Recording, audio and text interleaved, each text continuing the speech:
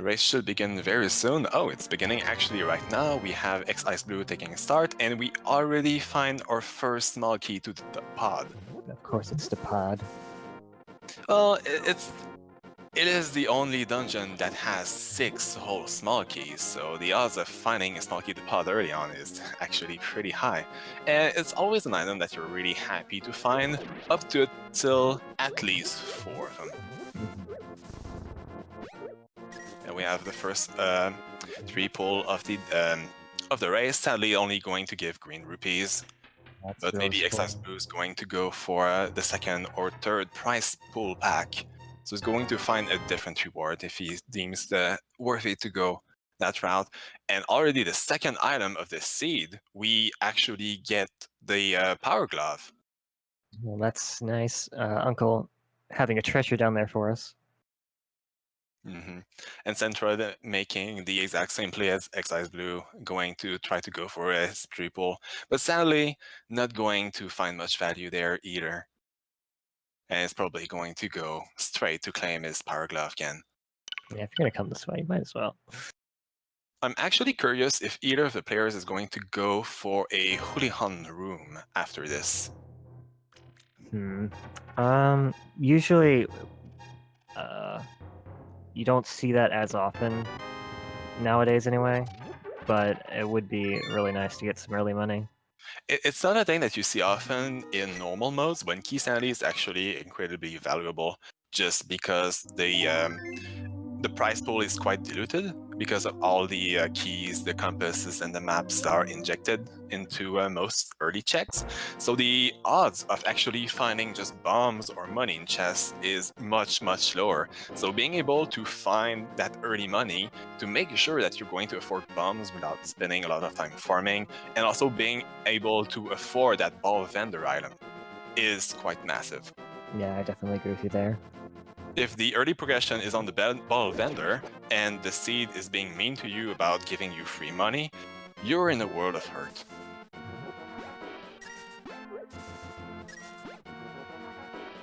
Thankfully, we see that the little drop crabs are being quite nice and giving a little bit of money. It's still a pocket change. Yeah, but little bits of pocket change here or there, they certainly add up, and there's a lot of possibilities to get more money. Oh, it appears to be a map at the Lumberjack Cave. I believe that we are never going to end up knowing which map this exactly is. Unless we process of elimination it, but other than that, I don't think we're gonna get that. It might end up being like the map of Ganon's Tower or Hyrule Castle, which are basically the most useless items in this mode. Well, what if Hyrule Castle is required? We need that information. Could be a pendant. If Hyrule Castle is a pendant, then I really worry about the mode that you selected your game in. So we see the first item of the forest, which is a single compass that xIceblue is going to completely skip, since compasses, what they do in Keysanity, they allow you to know the exact item count in a dungeon and how many of the item locations you've actually picked up. But if you're a veteran of the mode, which most people are since they joined a Keysanity tournament, they don't actually really need the compass to memorize. It's more a nice item for newer players. So in this mode, we really, really don't care about compasses. Yeah, they're not as important. For a casual player, they're very nice to have, but for tournament purposes, pretty much useless, as they are in Reno Mirando. Indeed. So xIceblue making his way into Kakariko. He doesn't actually have bombs, but he has the money to purchase some. Still going to be a little short after that to be able to afford the ball vendor item, so he's going to have to come back to Kakariko later on to actually get that item, unless he finds enough money in the rest of Kakariko. Or you could farm money actually from Blind's Hut. It's a little bit time consuming, but at least you guarantee that say the ball vendor decides to be mean and give you the bow or something really important like that, then it ends up saving you time in the long run. And we find the map, GT. There's the map to GT. So now we know if GT is required or not. Thank goodness. I think it's required. I have a little hunch. The person that generated the seed basically gave me a tip. yeah, we're going to have to go to GT in the seed. Get a little bit of money, he's getting a little bit of return on what he spent. Centroid doing blind shot first, not finding bombs, but he does get enough money to be able to afford them. So that's probably the play is going to be making next. Meanwhile, xIceblue has a little less backtrack, and you won't have to enter blind shot twice because of that purchase. It's always a bad feeling to have to go back in there. The map of Desert Palace, now that's a quick check that he can actually make right now. It's actually a useful map, surprisingly. We find more money, and the Moon Pearl. Now that's a really nice thing to find.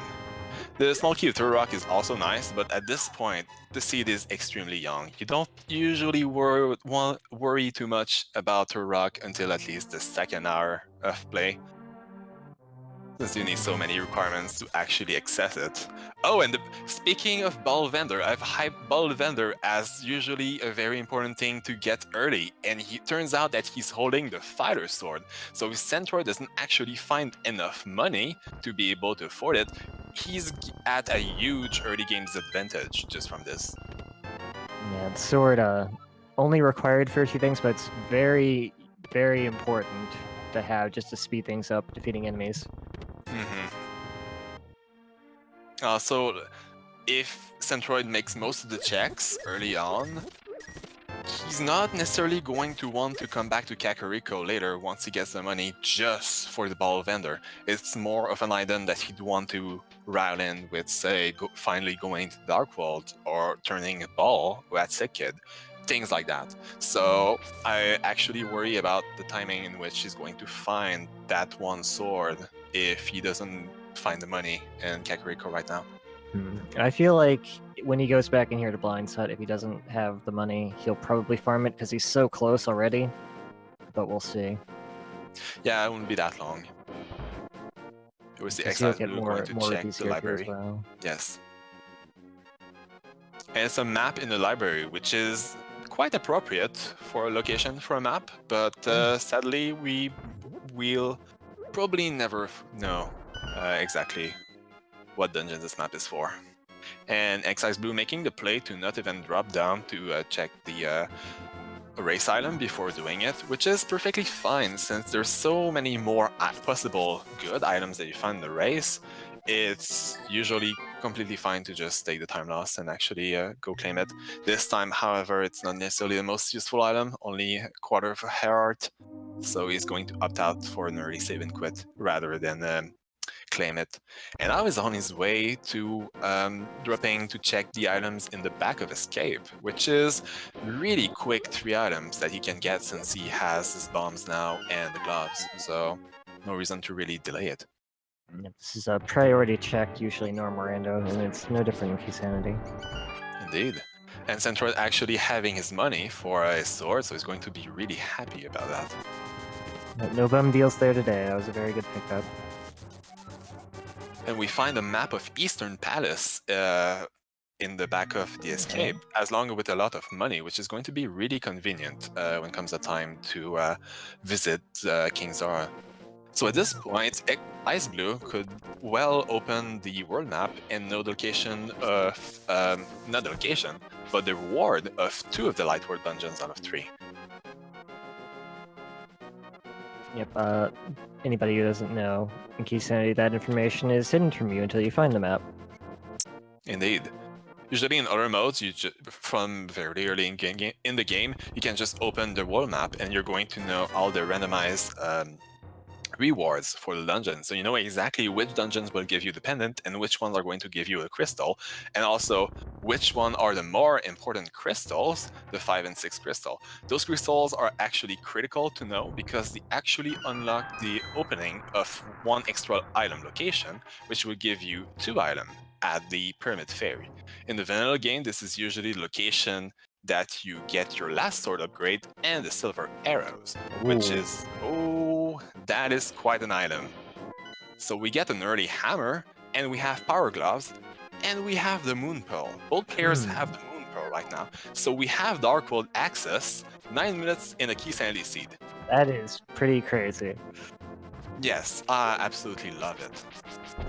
So it's always fun when these seeds open up super wide early, because you get to see more of the player's decision making.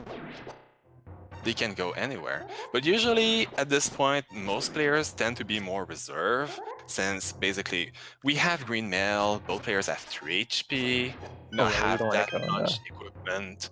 So, like, stepping a foot into the Dark World right now, quite the ballsy play. Yeah. Especially since in Keysanity, overworld checks are much more weighted in his favor. But we do find the powder and an extra heart and a ball and the whoa, wow, what a Whoa. minimal cave. That's Well, actually really good. More health is good early on. They get an amazing safety item in the form of the powder. The book allows for the checks of all the tablets, which will eliminate more backtrack unless the item there becomes useful. And also entry to Desert Palace right now. yep, that also And opens up a bat, so a return trip to Kakariko at some point. It's not out of the question.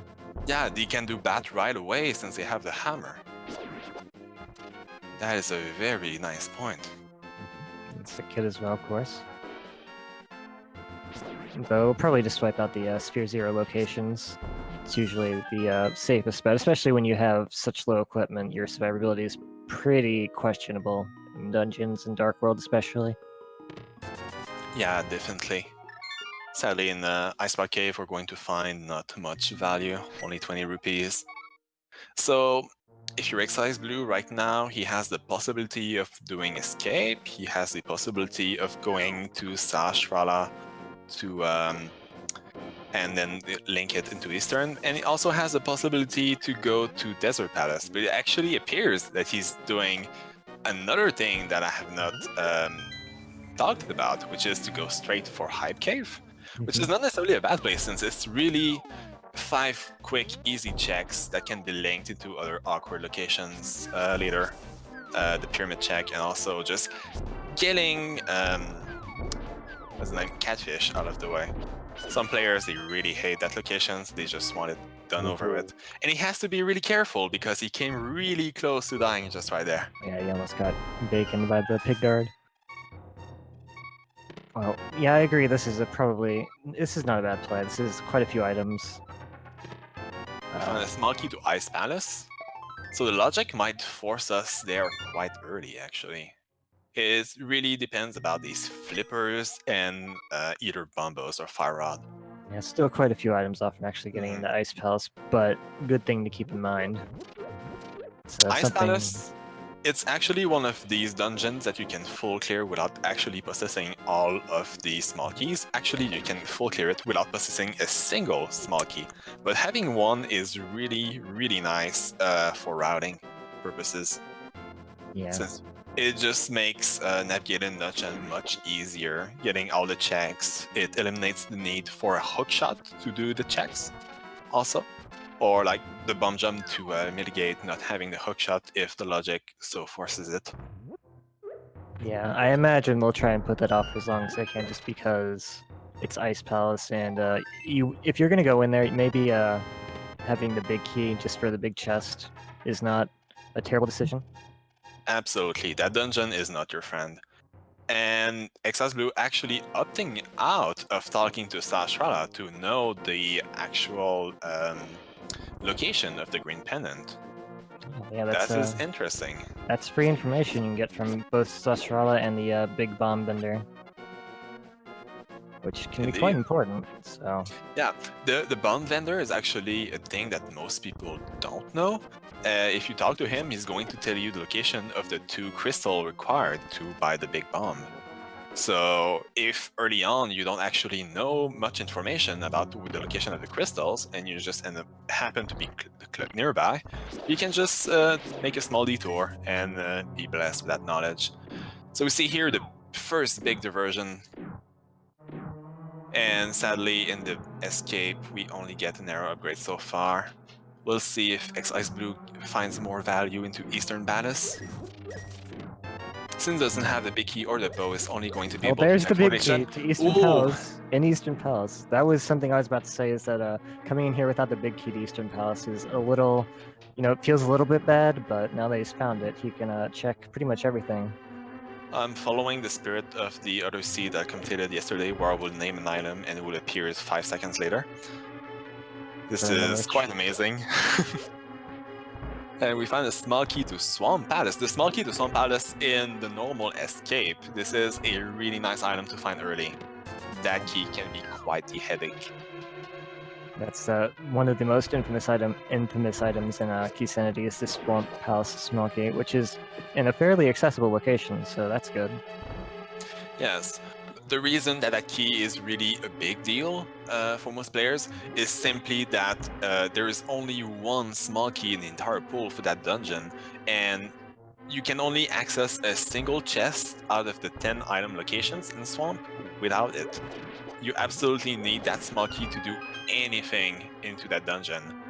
xIceblue finding that a really convenient bond drop, and it was almost running out, so it's really nicely timed. Sadly, Centroid in Zelda Cell only finding a quarter of a heart. So, escape so far not really paying off, but it's a thing that's done. Yeah, I mean the Swamp Small Key, pretty big. I mean that's a, if you're gonna call that like yeah. a booby prize, that's pretty big. Oh no, it is an amazing find. It's just not a thing that necessarily helps him route anything in right now. That's very true. This is the problem. xIceblue deciding to break the logic to clear the dark room of Eastern Palace, which honestly, when you're at that point and you know how to do it, you may as well. You basically have no reason not to. And if you're a new player and you're wondering where to get started in learning dark rooms, that's a pretty solid one to start with. It's it's a little tricky, but it's also very useful to know, just because coming back here when you get the lamp takes a while, and it's really not that hard. The hardest part is probably the room with the pots and the skeleton. But even Yeah, that's pretty absolutely. simple. It's just a matter of really knowing the possibilities where the pots are, where your character can be blocked, and then you can navigate it around. And if you lift the pot that you need to lift to find the key, then you actually have sound feedback telling you, yeah, you're doing the correct thing. It's very, very useful. All that that dark room gives him the information of the prize of doing Swamp Palace. Not Swamp Palace, Pod, sorry. Meanwhile, Centroid turning in the ball at Sick Kid, and he gets a small key, the small key to Misery Mire, which is also not a dungeon in which you require small keys to complete, but it can be nice in routing. You only need the big key to actually get to Vitreous. But And I mean, you here, can do the small keys.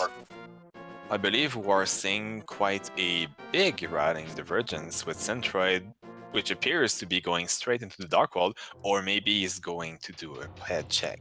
Yeah, that would be very interesting. I mean, you're right here. You can definitely do it.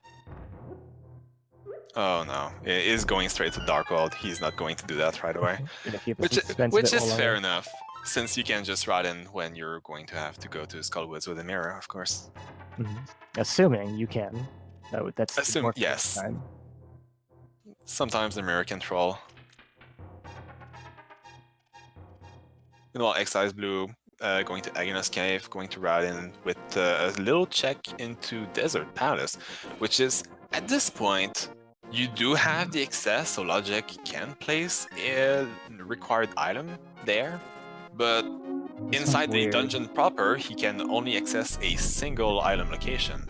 Yes, unless the small key is in here. There is the option he could go up and steal a small key, but that's pretty risky. And also, until you actually find the real small key, whatever items you find inside the dungeon cannot be in the logic. So they might get you absolutely nowhere. That's very true as well. And that small key can be very far in the seed. So these plays can actually become stressful if they don't pay off. Oh, well, but he finds a beautiful find there, and is going to make the check to see if he actually needs to come back here with the boots. And maybe he does not know yet that the Swamp Small Key is not there. No little tag on that telling what the doors do. You gotta pick it up. Oh, looks like he is opting to come steal a small key.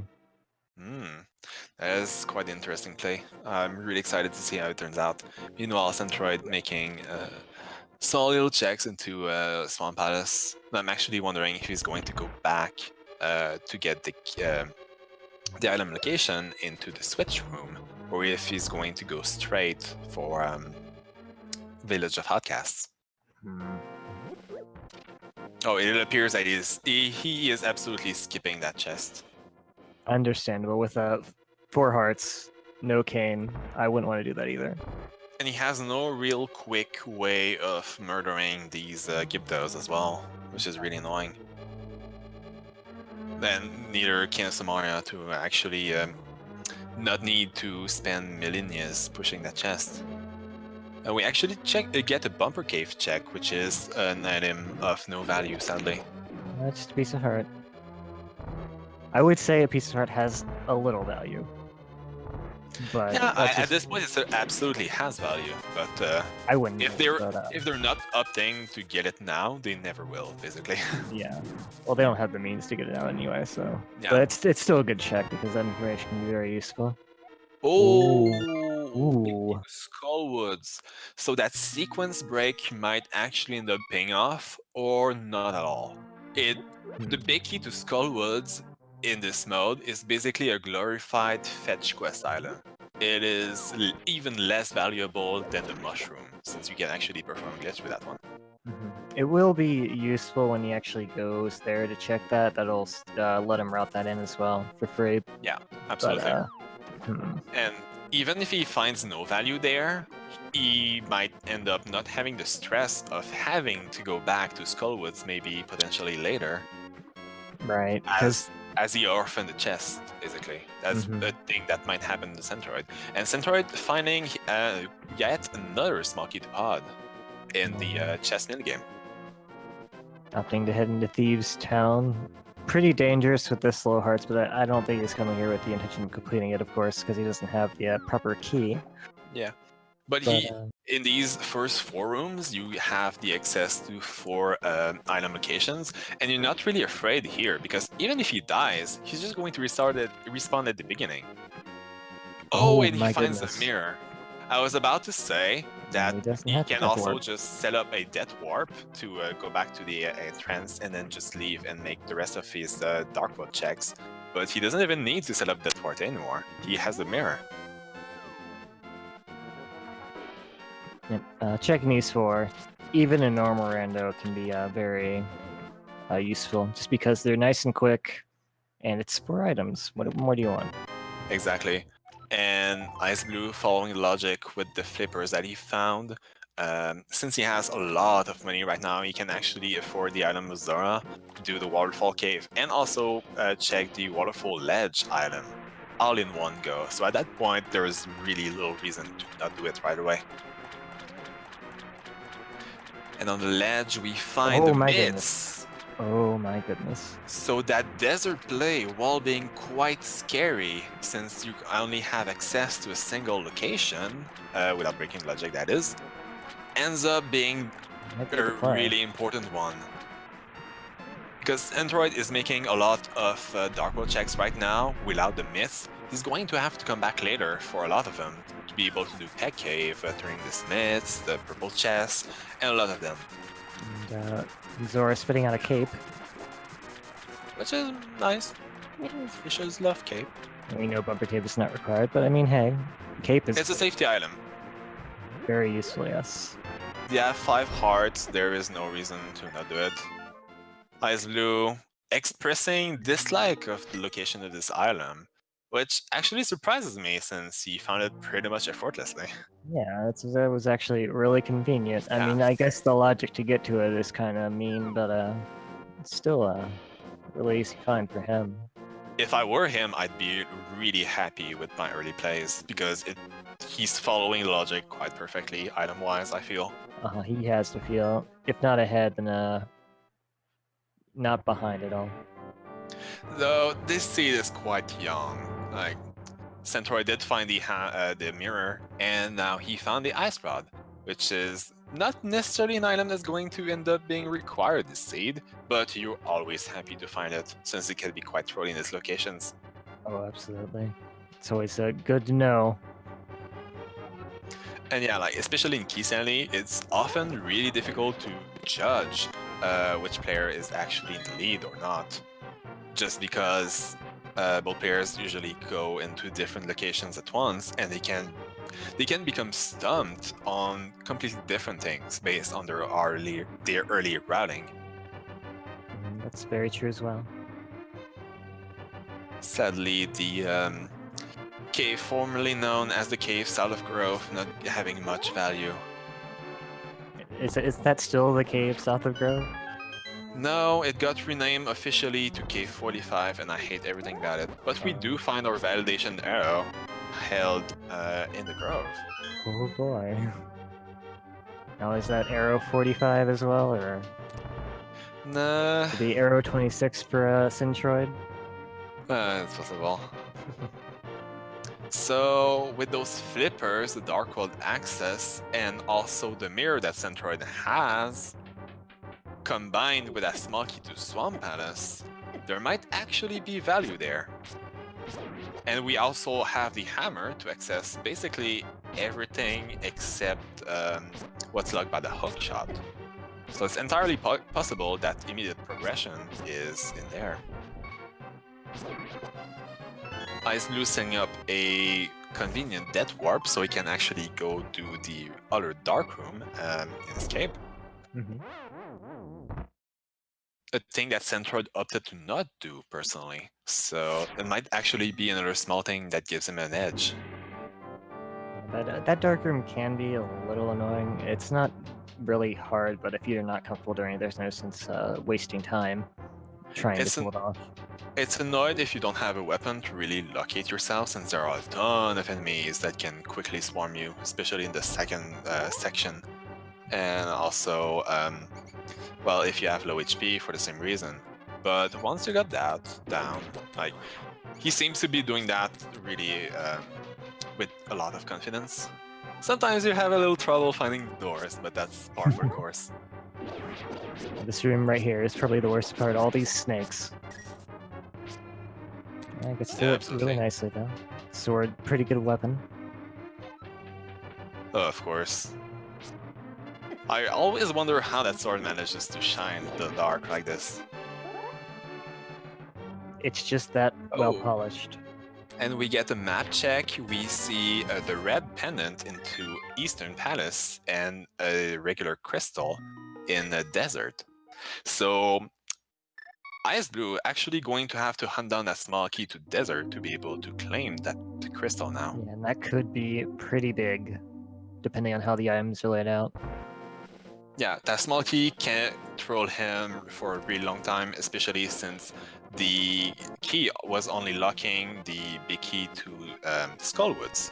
If the big chest of Skullwoods doesn't actually hold any value, then it's just been a waste of time, basically. A sequence break with no payoff.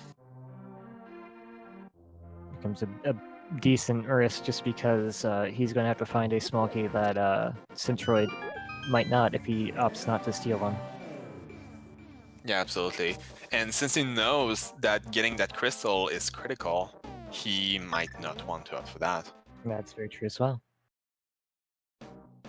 xIceblue opting to walk back in the footsteps of Centroid and making the Skullwoods checks. Since he has the big key, that location becomes a lot more valuable for him, and he might also opt to do the bottom. Sorry. Oh, we just got the map of Tower Para. That's real convenient. Ooh, and it's another regular crystal. Very interesting. And he does have that mirror. He can go straight up there. Yeah, indeed. And since he has the hammer, he can do all of the Dead Mountain checks. Sadly, he doesn't have the mitts, so he's going to have to come back later. But he also doesn't have either boost or hook shots, so going to Super Bun Cave for the extra 2 checks right now is not necessarily the saddest thing they can do. But still, he basically on the rest of the mountain, besides, oh, he's going to find more health as well. Nice. And here he finds a fairy ball. We're going to have to wait and see if he decides to get it. It'll be a 1 minute time loss, but it might save them some time later if mistakes happen. And no, he's not going to get it. Understandable. I mean, it's a bottle. Bottles are very useful items, but not, you know, that's a pretty pain in the butt location to actually get the item from. xIceblue going to perform a bomb jump to be able to access that big chest, and that's where that we'll find if his sequence break ends up paying off or not. Nope. Oh, and it appears that the big key of Thieves Town is on the Eater tablet. Oh, that's a big one. No, it's where now you know where he hides. No, it's a map of Oh, TT. I apologize. So it's actually a useless location. yeah. Oof. Yeah, I'm not 100% familiar with all the book descriptions of all the items Blue for mail. Keysanity, and the blue mail also really nice to have this early, since they also only have 5 hearts. So after the lobby chest, they basically have 8 more locations that they can check on the mountain. And he finds a bow.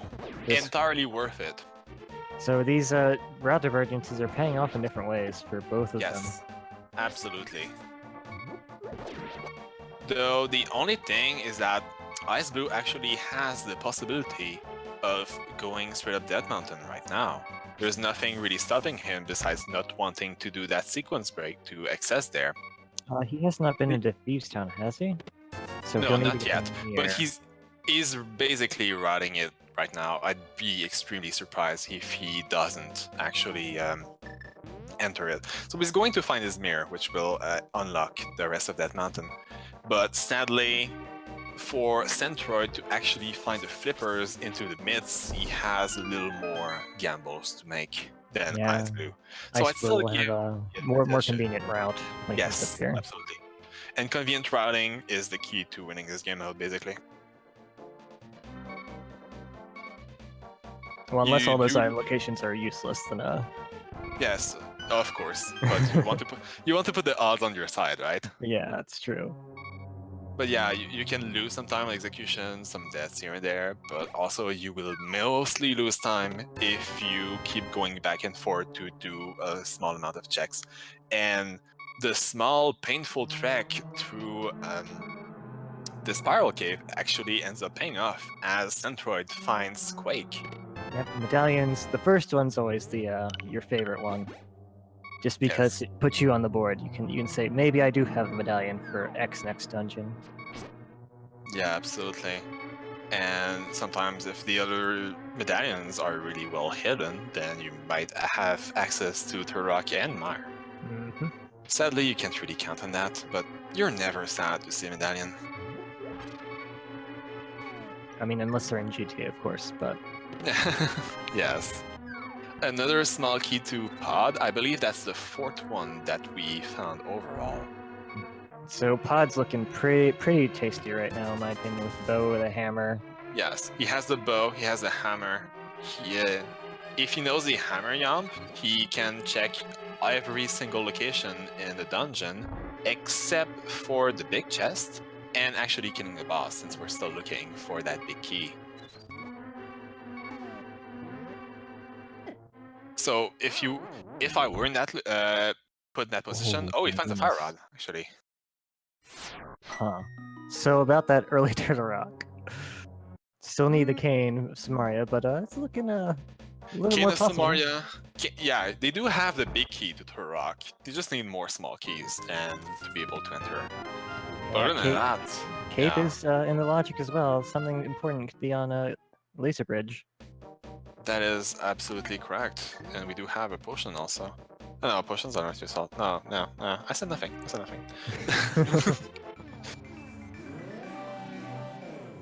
xIceblue checking Ice Kid with his routing. Now he has his mirror, which is quite nice. Sadly, he's not going to find much value there. But that Death Mountain check overall has really paid off Centroid. A lot of really good items that can get really quickly. And we know about the he's basically making the play to go straight to pod with all of his keys, because he knows a lot of value can be there even if he cannot complete. But even then, what he can do is mirror out of pod to actually enter Eastern. And with the bow, since the big key to Eastern was vanilla, he can just finally finish the dungeon. He could, and if something important is on Armos, that could be huge. Yes, it would be quite a good play. The only problem is that we actually know for a fact that the reward for that dungeon is only the red pennant. Precisely, because if xIceblue comes back there, he might feel less inclined to actually finish Eastern because it's the red pendant. So if Armos is fighting something extremely important, that could give Centroid a big edge. No, myths were not in the sequence break. The flippers were in the only chest in Desert Palace that could be accessed. So myths were earned after having the flippers. So the myths and the flippers are 100% in the logic right now. They're just in both in a very inconvenient location that xIceblue ends up lucking up on.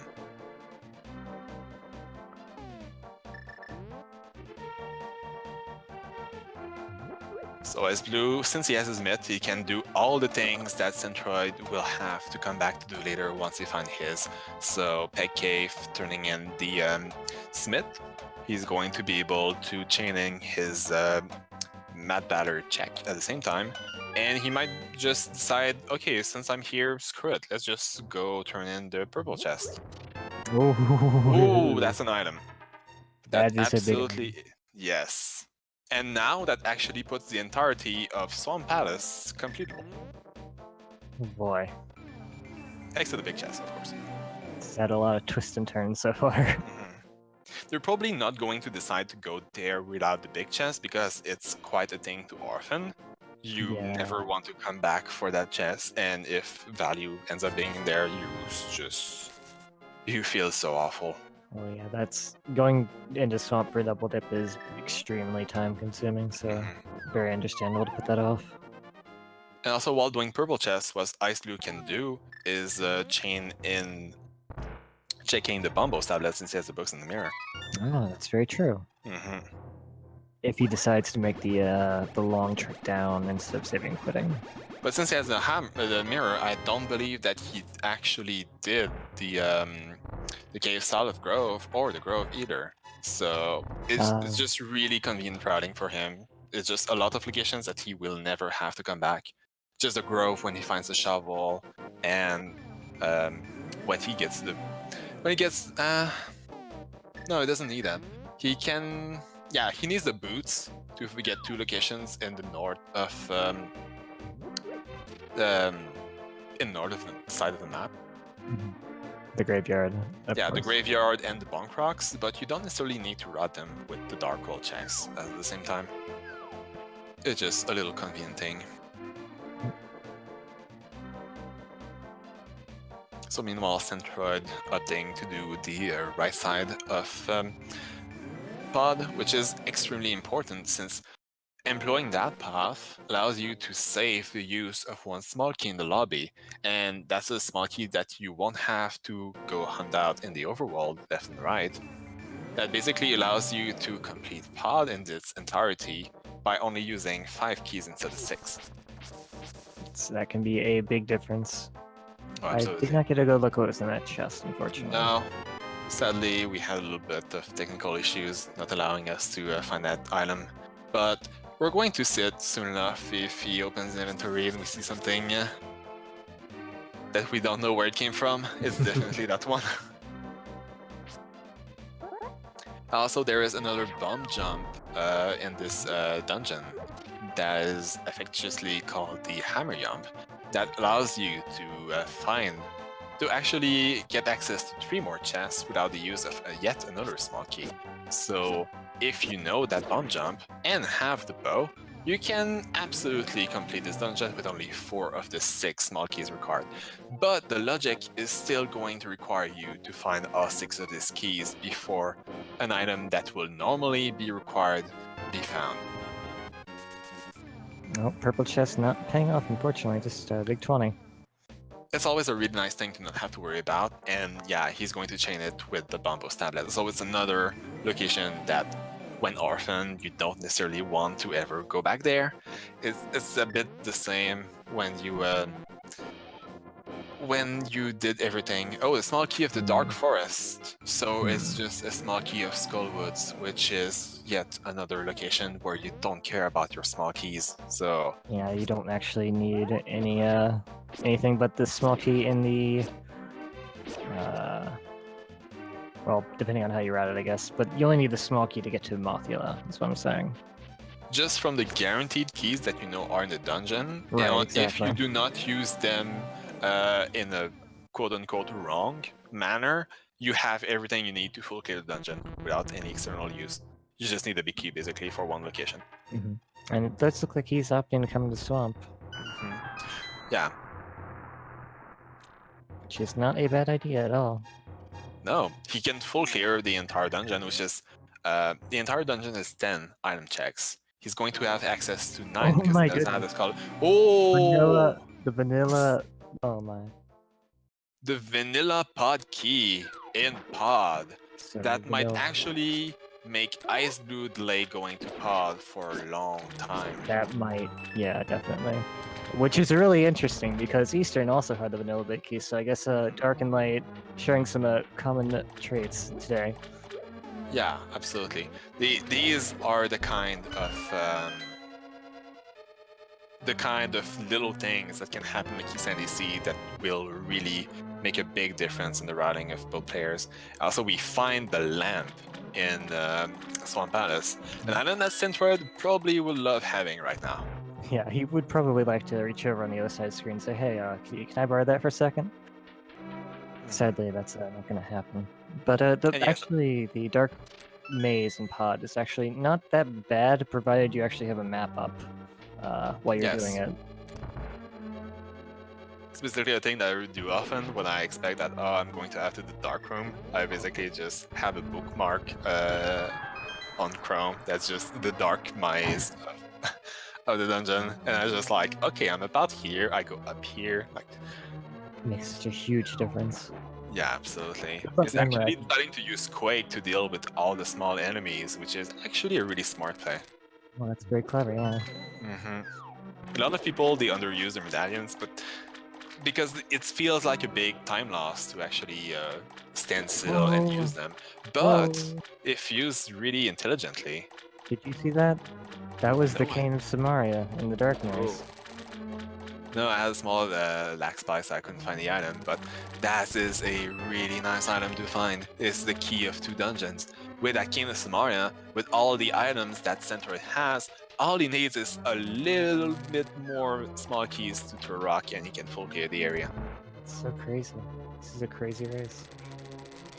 Yeah, both players finding really critical items in different locations. And the real question is, who's going to find the other player's items first? Honestly, it depends if Centroid... If Centroid finds xIceblue flooded the key. Oh no! Oh no, indeed. Not like this. Not like this. Well, he realizes his mistake immediately and is going to make the play to fix it. Oh, that is a really big time loss, sadly. He's going to feel bad about that one, but he's not out of this race. It's not small mistakes like that that really decide everything. Yeah, I mean he's gained quite a little bit of time just from efficient routing. So, and everybody makes that mistake at some point. Everybody. Oh, absolutely, but it's certainly a thing that if I were to make that mistake, I'd think, oh my god, why did I do that? And it puts you not in the right mindset to actually finish this race well. So you gotta have a clear, focused, positive mindset for these races. Otherwise, your execution will start slipping because of the tilt and so on. And meanwhile, Centroid actually feeling the reverse emotions right now, finding that big key to Eastern Palace. So now, instead of just being a dip for the items, he's like, oh nice, I can full clear here. That's amazing. Yeah, that's really... he stared at it for a second. I wondered, like, really? Really? This is the second time this has happened in, like, the past 10 minutes. Or maybe he was just waiting for the text box and never came. Oh. But yeah. Is this state even randomized? Well, I'll be very interested to see if he goes to Armos, and if he does, what Armos actually has. Well, you're there. You have no reason to not do it, even if it's a pendant. Yeah, well, no lamp makes the dark room. You know, it's not like the hardest dark room, but it is one of the trickier ones because the enemy movement can be very trolling. But then again, he just did the Dark Maze of Pod. That's very true as well. So, I absolutely believe that it is in his ability to do dark rooms at this dungeon.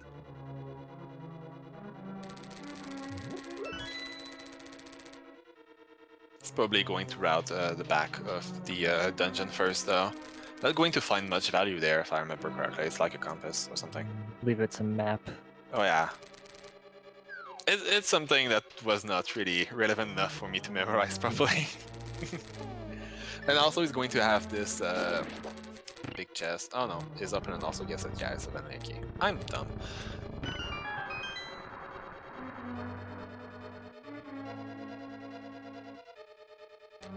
I appear to have gotten a small freeze on the restream. I will try to get everything back up. Okay, I'm back.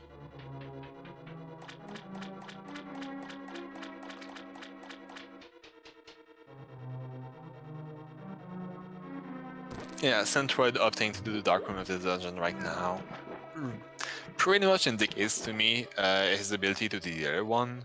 And even if I were him, even if I didn't know how to do dark rooms, right now I'd probably think, if I just do it now, I spare myself coming back here, which is a big deal. So I may as well try it, right?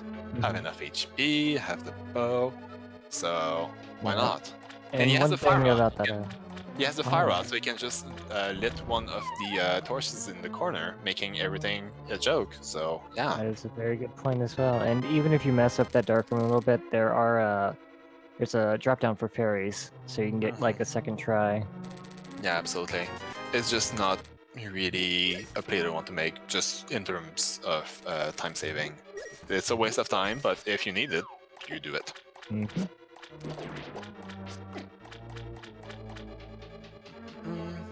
So xIceblue going to go on the way to defeat Argus. I always forget the boss's name. Argus. He's got a bunch of puffballs. Yet another boss that is made of eyes. Just think of it like Captain Crunch, Captain Argus, and his puffballs. You can substitute a lot of captains. Alright, well you were quite right. That was no problem, the dark room. Yeah, absolutely. Oh, xIceblue has to be careful there though. Yeah. Swamp's actually one of the nicer dungeons in terms of hard drops, so he'll be able to heal up before he actually gets to the boss. Right down these stairs there is a guaranteed pot with 2 hearts there. 1 heart, I mean. And in another room where there's the 2 chests in the water area, there are also 2 guaranteed hearts. So that's usually, if you're in a pinch, that's usually all you need to kill Argus, since he's a very predictable boss.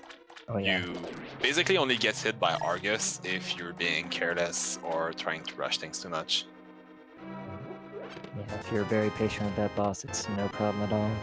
And Centroid making quite quick work of the Armos Knights, even killing the last one before it turns red, which would reset the enemy's health, actually. Meanwhile, xIceblue found the big key to Tower of Hera in Swamp. Which is really nice, since he has yet to do his routing into Death Mountain, right? I believe you're correct. Especially, yeah. So when he's actually going to visit Hera and find his bow in the dungeon, he's also being able to kill Moldorm at the same time and make even more checks. So it's going to simplify routing a lot for xIceblue. Looks like Centroid he got the map to Dark Palace in Eastern. So it looks like he went through his mirror, checked the map, and saw this was a required dungeon, so he's coming back in here to finish it up. Yeah. Very smart play. Absolutely, he's going to only leave. He's going to leave not many item locations behind there. Basically, only 2 chests that will both require 1 extra small key to complete. xIceblue getting started on his fight with Argus. Should have no problem with it. It's not a difficult fight. It's all about the speed in which you kill it. And he appears to be trying to get do hookshot strats to actually be able to kill 2 boss in one go with a proper place hammer hit, which is a really nice strategy. Can speed things up if you don't mess it up. And he's getting it with a really reasonable amount of success. If you do not have the hammer and a sword upgrade, if all you have is a level 1 sword, you can still kill the puffs in one sword charge spin, because that spin is going to actually hit the puff twice. So even though you don't have a master sword, you can basically one-shot them. That's my preferred strategy for this fight. It's a little bit less messy than all the menuing, which Yeah. ends up ending up. Alright, what are you gonna do now? xIceblue, are you gonna hammer him? Or are you gonna spin him? No, at this point, actually, the better play is to switch to your Ice Rod, I believe. Yes, Ice Rod actually does do fire rod damage to certain enemies, and Argus is one of them. Very, probably lesser known fact. And also, you can actually bounce Argus on one of the edges of the room, so you can actually get several hits in one go on the boss in one of his drops. So, like, you can actually do a perfect cycle, one cycle with both the Fire Rod and the Ice Rod on that boss. But it's a little bit difficult to execute, and not just a little bit, actually, it's really difficult. But you can quite easily make it a 2 cycle, as if you were basically just spinning him with the Butter Sword, basically. Looks like Centroid. Unless I was paying like no attention at all, didn't actually go to Helmasaur. I believe he's simply keeping that key logic issue. He's taking that issue very seriously. There is actually a key lock that is possible in Pod if you kill Helmasaur before actually earning all the small keys to swamp. That's correct. I forgot about that. Yeah, so it might be the thing that he's considering for his routing, which is quite a smart thing to do, actually. It's really annoying, but you don't want a soft lock in the official race. And players have been warned that if it does happen, since everyone is supposed to be warned about the possibility and it's 100% avoidable, that it's up to the players to not soft lock, or else there will not be a rematch. Exactly. Yes. So xIceblue is actually going to have amazing routing through this Death Mountain. He can do everything, right? He's going to be able to head up and check the other tablet, since he has the book. He's going to be able to do Tower of Hera except the basement chests, which is only one location. He's going to be able to do all the other checks. He has the hook shot. He has the myths, so he can do Dark Death Mountain and Super Abundant Cave and Hookshot Cave. And he's going to actually know the medallion required for Turok. And he has the cape. And he has the cape, so he could actually also do Spy Cave. Yes, Spy Cave. It's a very good point as well. So tons of stuff in there. Yeah. So basically, the only location that he will have to come back on Death Mountain later is going to Turok and the small chest in Tower of Hera, which is a location that can be quite problematic in routing. Yeah, that's you don't really want to route leaving locations behind and orphaning them, so you never feel like you want to ever come back to. But right now, like, how many locations total did I mention that xIceblue can do right now? Yeah. It's an insane number, so not making that play is ridiculous. I am in complete agreement there. Centroid making his pyramid check, and now for Catfish. which I don't believe his opponent's done yet. Yeah, I believe you're correct, and I don't think he's been to Zora either, so he could mirror and check at least the ledge and know he needs flippers. You find a small key to Turok. I believe we are at 3 keys to Turok. So a player that wants to actually take the key that's normally intended to get the lava chest can now actually clear everything in Turok and go kill Trinex. Still, this will be very good information for Centroid because he'll know right where the Titan Smiths are. As soon as he gets his flippers, he's going to come back and get him. Yeah. The one thing stopping Centroid from actually heading into Turok is that he actually needs the myths that he just found on the ledge. So, not coming here with the flippers, he actually has information that yes, he needs to come back there. So once he finds the flippers, it's just going to be a complete formality for him. Okay, I need to absolutely go back to the Zora era to claim my myths. But it's still a really out of the way location that is a serious time loss to go back to. And we find a big key in the top of Tower of Hera, and it's actually the Ganon's Tower big key. I'd say the most important big key, in fact. And it's basically the big key, the one tower. Oh! The big key to Swamp Palace. Well, now that one he's probably not happy to find. No, I wouldn't be either. I was just there. I just finished it. Why is this here? But where was that big key again? The big key for what? Tower of Hera. Tower of Hera big key. Was it in Swamp? Wasn't it? Was it? I think it was. I forget where it was. But if it's in Swamp, then that is a required Swamp double dip, possibly. Possibly. That would be hilarious. Not required, but forced is a better term. So we see Hammer Strats on Moldor, which at this point is really the best strategy, better than trying to hit him 6 times with the Fighter Sword. And you also bypass having to deal with the super fast Moldorm in the last phase, which can be quite scary.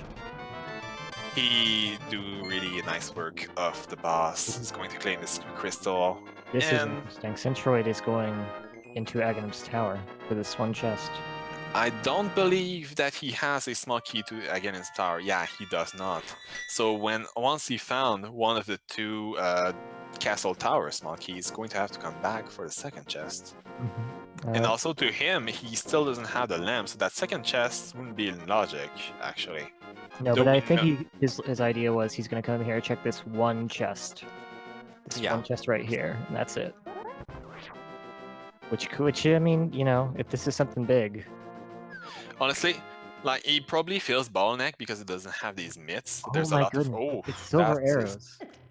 That's a nice find, but it doesn't actually help him right now. That's kind of the problem. That's true, but yeah, the bottleneck that I feel Centroid has on his seed is that he's desperately trying to find these myths, and he might be forgetting about desert checks. Or it appears that he's going to go do the dark rooms, which you can do quite easily with the fire rod if you memorize where the pots are. Not the pots, but the torches.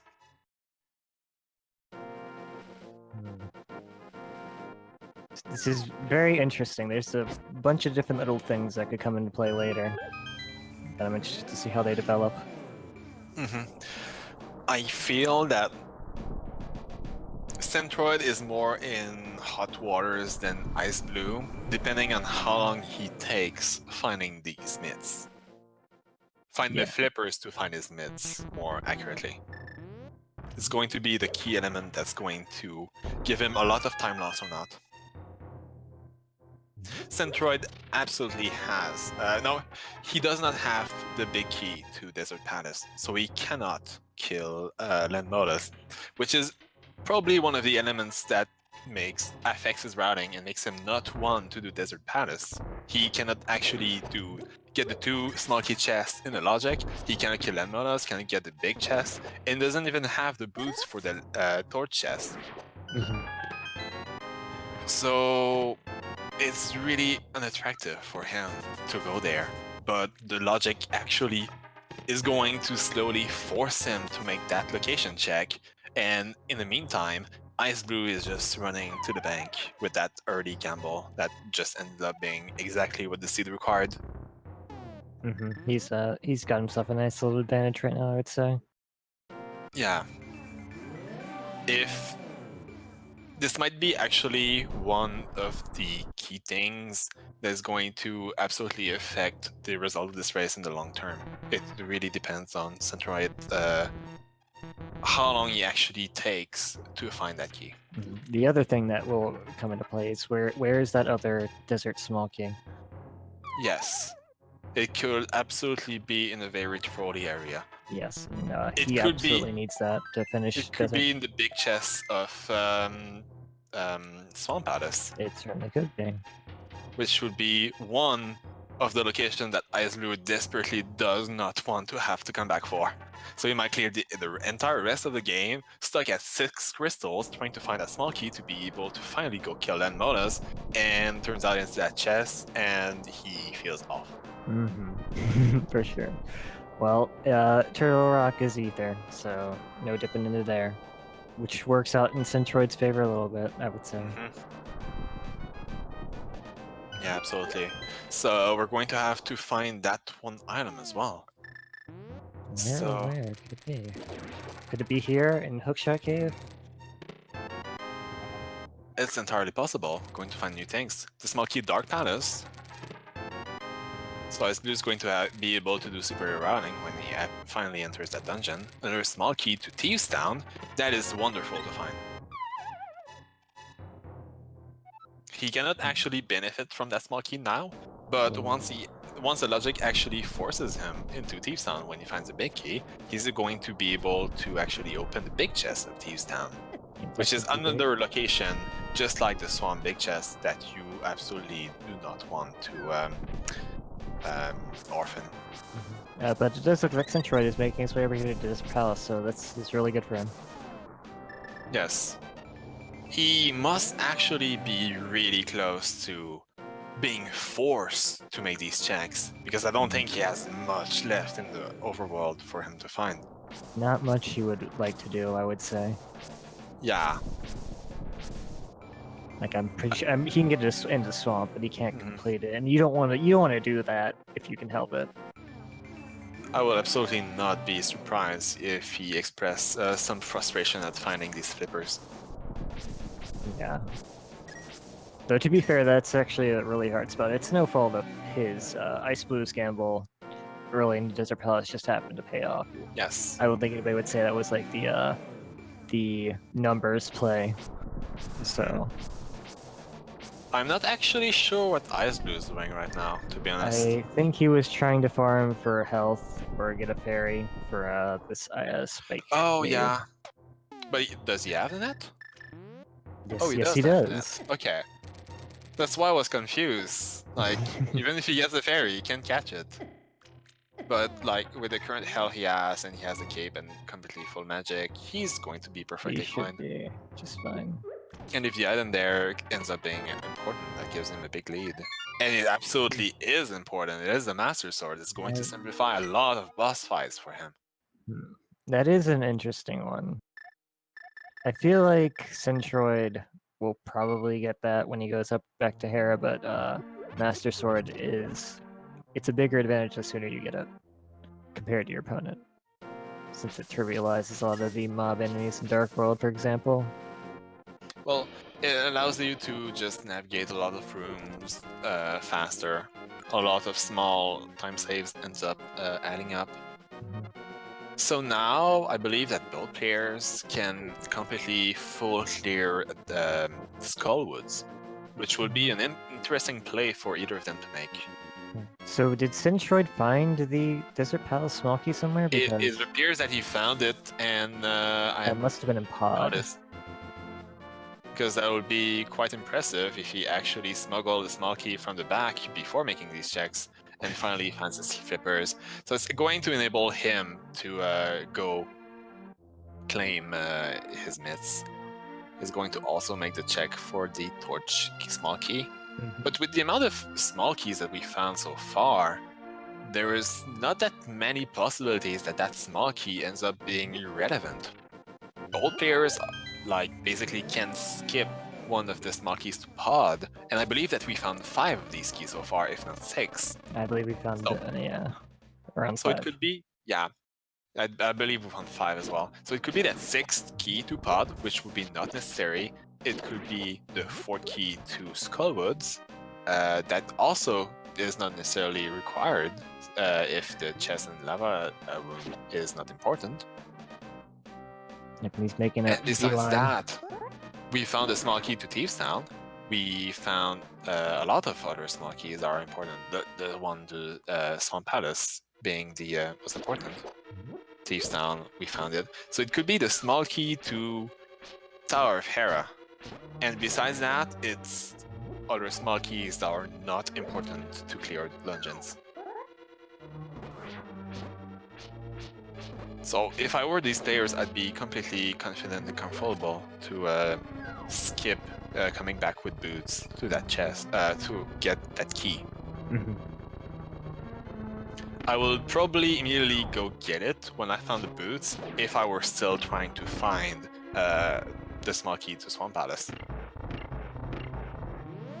Oh, xIceblue having a small problem that if your block that you're pulling to on that switch is not perfectly placed, perfectly aligned horizontally, then there's not much you can do. You're not going to be able to actually push the button with it. Sometimes pixels can be quite finicky. That statue is real mean sometimes.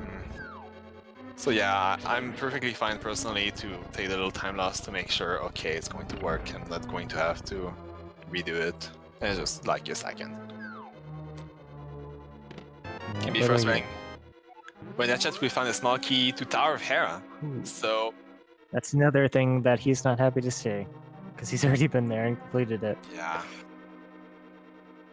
yeah, that's an orphan location that he could not mitigate, sadly. But still, he's going to be really happy with his Death Mountain routing overall. There's nothing more he could have done.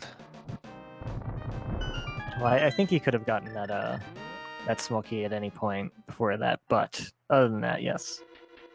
No, well, I'm the pretty sure problem was that the problem was that the fire rod was on that mountain. So but, it was.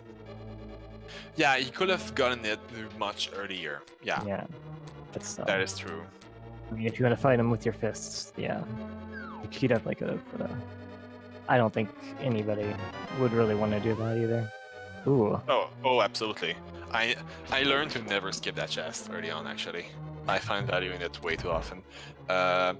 In like anecdotal evidence, in one of the races Keysanity's races that I got featured in, the hookshot was there, and it was the one seed that was the festive showcase when Festive Mode came out. And it turned out that the hookshot was in it, and because of the ice physics, I died in the overworld, so I never went back to open that chest. So everyone had the hookshot except me for a long time, and I got really frustrated. It's understandable.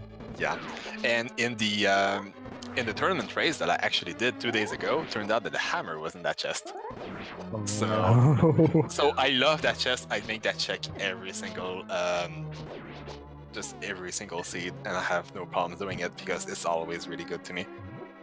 The one time it bites you in the butt, it's like, okay, well, I'm not gonna skip it now. Yeah. The one location that I hate though is this first chest of Swamp Palace. Oh, that's just the worst. And my tournament race absolutely forced it. Why would you do? Why? Why does this randomizer hate us? Basically, I got forced in this situation where the only 2 checks that I had left in the entire world, really late in the seed, were the Ice Palace big chest and the Swamp Palace first chest. I did not have the small key. And turns out that in that chest was the Cane of Samaria, enabling to go to Third Rock. And in Third Rock was the small key to Swamp Palace, enable to find the big key to Third Rock to get my last crystal. You make me angry. I'm just listening to the story. I was angry. Well, we have xIceblue taking out Mafia right now. Bit of a The tricky fight fight. can be really stressful, but I believe that he has a red potion from much earlier in the seed, so I'm not too worried. I hope so. I think it was empty when I saw it, but oh, doesn't matter. He has Master Sword, a spin does a quarter of the health of the boss, as long as he's not touching the spikes. He gets a small key to Ganon's Tower, and also is going to be able to route in the Sashrala item when he finally makes his way to Pod later on. That's very convenient. Mm-hmm. It's just been the story of IceBlue so far. Except for the Yeah. Except for the Swamp Palace big key and the Tower Pair small key, of course. But you can't get everything.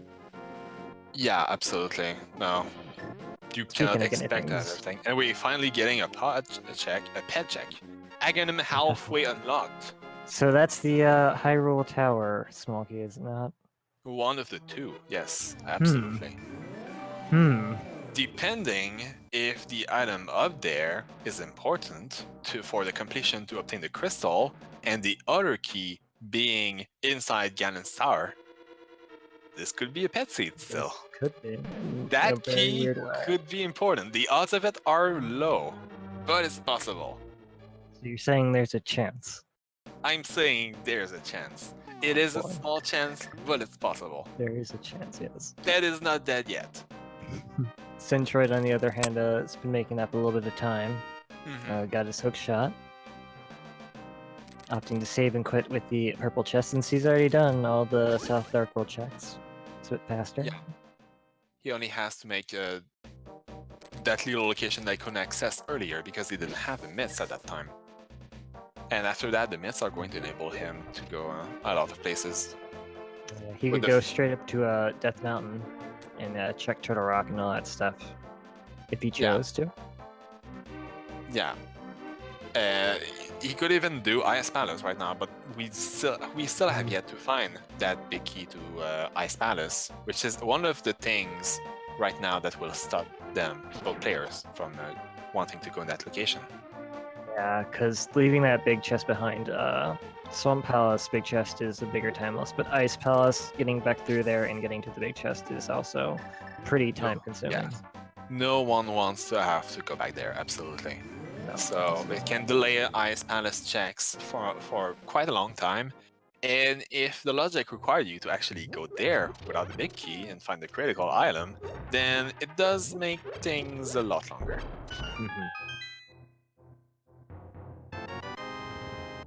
Oh, we found a big key into the graveyard ledge, which is the big key to Mizurmire. This is a beautiful find. Yeah, that'll be useful later. Still need to find the flute, of course. Yeah. We have yet to even know if Mizurmire is a crystal or not. It might not be required. That's also but usually in Keysanity, it's quite rare that entire dungeons are not required.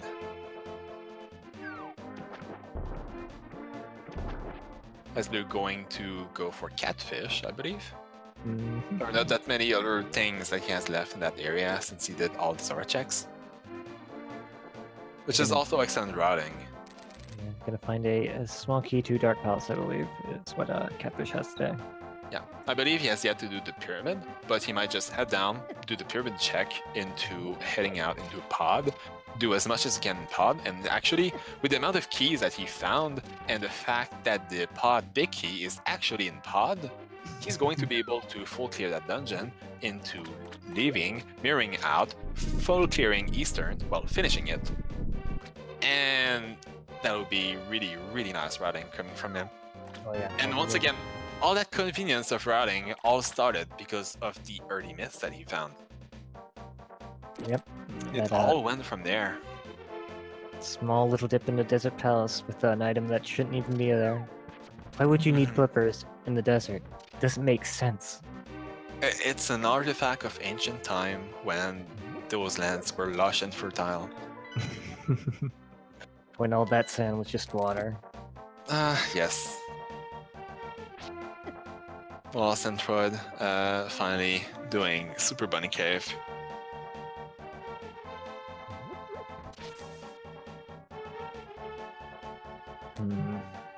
Only a little moderate amount of love in that location.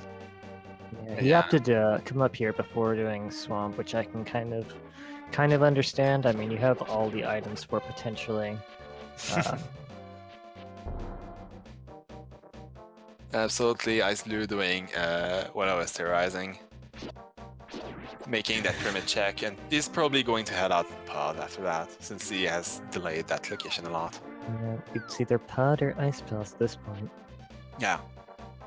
And he might be delaying pod even more because he's waiting for that big key, but sadly, he's going to wait for a long time if he acts on that logic. Yep. That he knows.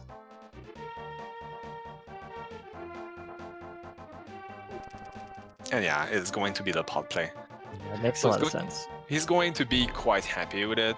He's going to have less trouble than Centroid, since Centroid spend a lot of time doing the dark rooms, and xIceblue is not going to have to worry about these. He's also right now able to turn in the green pendant that he got from Muffla, allowing him to see if there's a critical item right there. And he'll be able to complete the dungeon, I believe, as well, which Centroid did not opt to do because of the possibly because of the Keylakushu. Unfortunately, not mirroring exactly at the right spot, which can be a little bit awkward if you don't memorize a specific tile.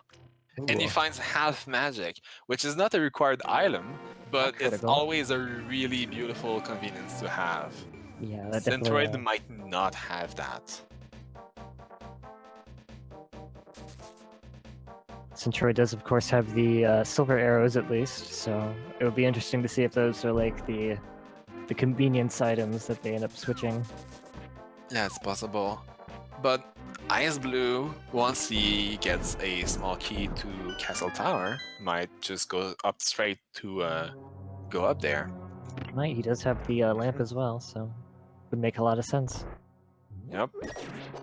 And we never know, maybe he's not going to be able to go there because he's going to be forced to get the small key on the pedestal to be able to get the progression item in Castle Tower.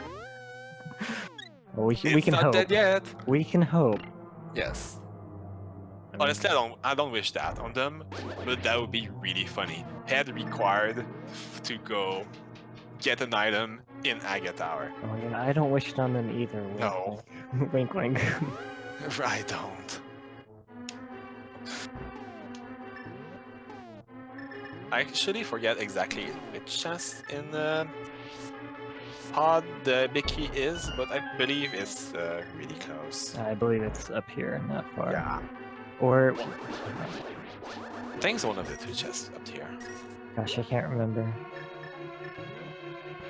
But with the amount of small key that he found, he should be able to find it no problem. And also full kill dungeon.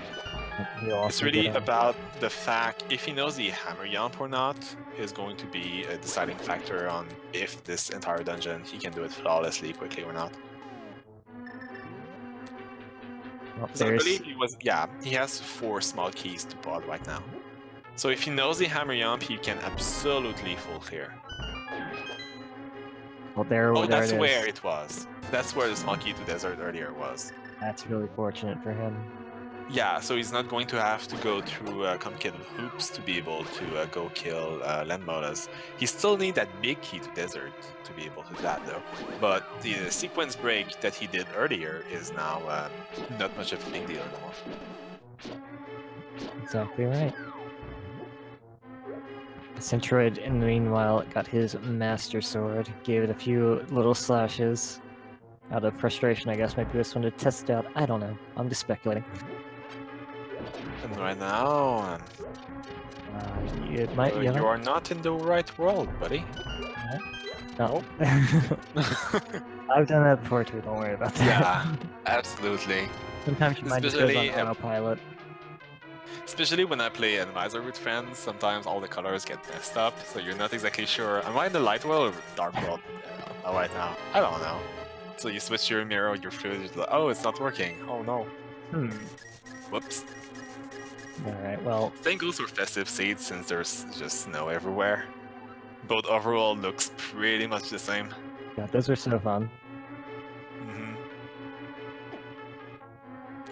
So Centroid, not having done Tower Hera, he doesn't have his big key to Swamp. But He's still going to find a lot of value there. Well, And if xIceblue, the, okay, it was in the harmless hallway, the big key to pod. Well, if the big key to Tower Para is actually in swamp like we remember, then probably unavoidable. Yeah, absolutely.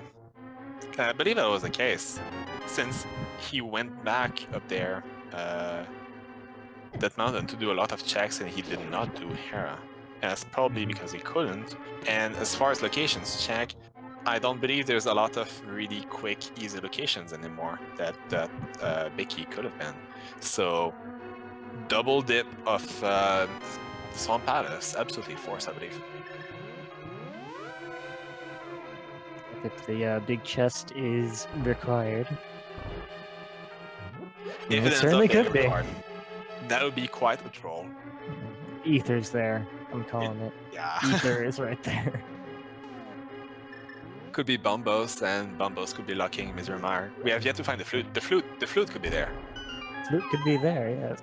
Mm-hmm. Literally anything could be there both right medallions, the flute and both medallions, and potentially the boots are basically the items that we're looking to find, and the rest is all about the keys to actually finish the game. xIceblue dropping down to the no big chest, not big chest, but right there. He debated using a small key, but then opted not to. xIceblue actually opted to not do the hammer jump and open the main door of the dungeon. So he's actually going to have to come back later with the rest of the small keys to full clear if he actually needs it. So now the question is he going to actually go kill Helma? And it appears that he will. He wants to avoid having to come back here later. Understandable. Yeah, it's a pretty solid play. He knows for a fact that even Pod is a red crystal. And he has the other red crystal, so that actually opens up the fast fair location. Correct me if I'm wrong, but does this not hit him up with, like, the potential of a key lock as well, though? I believe that we found all of the other small keys, so okay. we are fine. I think we found all 6 in the world.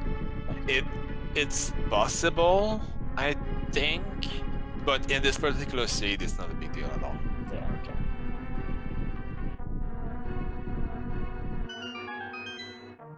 But once again, I don't really want to speculate too much on things that might not happen.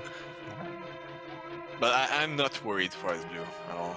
I think this is the correct play.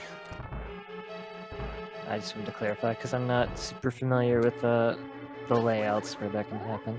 But it won't be an I'm not issue. familiar either. It's a thing about... well,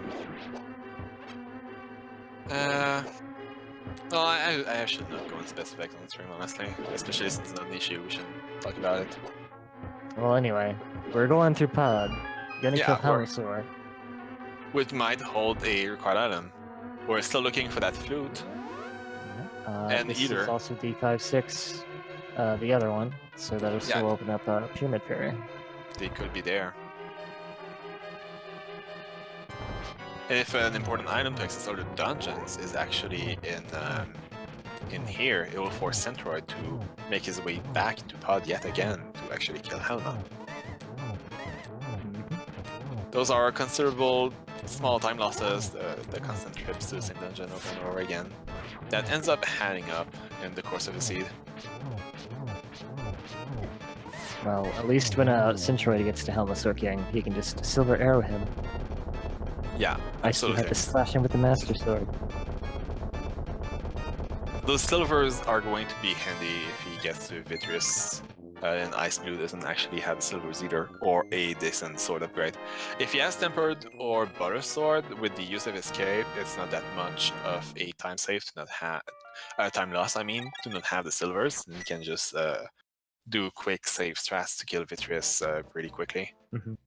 Something else you can do is, even if you have Master Sword, if you lure all the eyeballs to the middle, and you turn on your cape, and you keep slashing with the Master Sword, your cape doesn't actually drain as quickly as it normally would.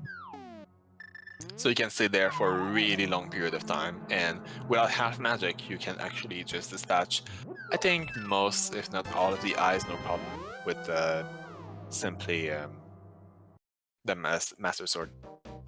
Mhm.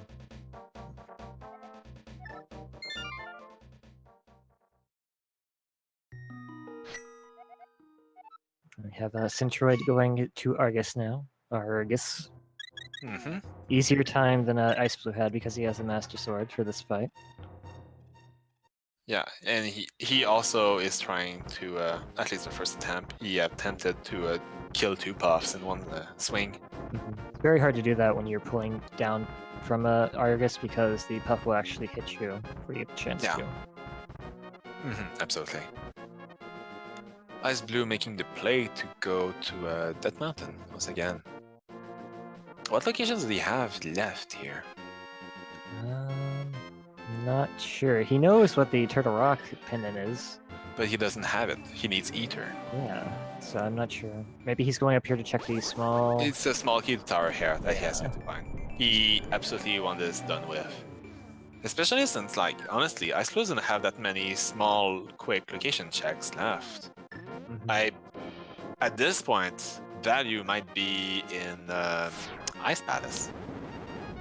Ice Palace is accessible and purely in the logic. Yeah. We have the hook shot, we have Samaria. Like, the only thing that makes the location not attractive is not having the big key to the area.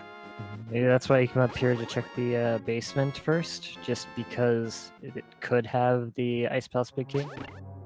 Yeah, but also at this point, it feels a bit like grasping at straws, I believe, running-wise. But if the play pays off, then it's beautiful. Yeah. He made certain gambles during this seed that were just exactly the thing to do, so could be perfect once again. We need to got a man who's running hot, I guess.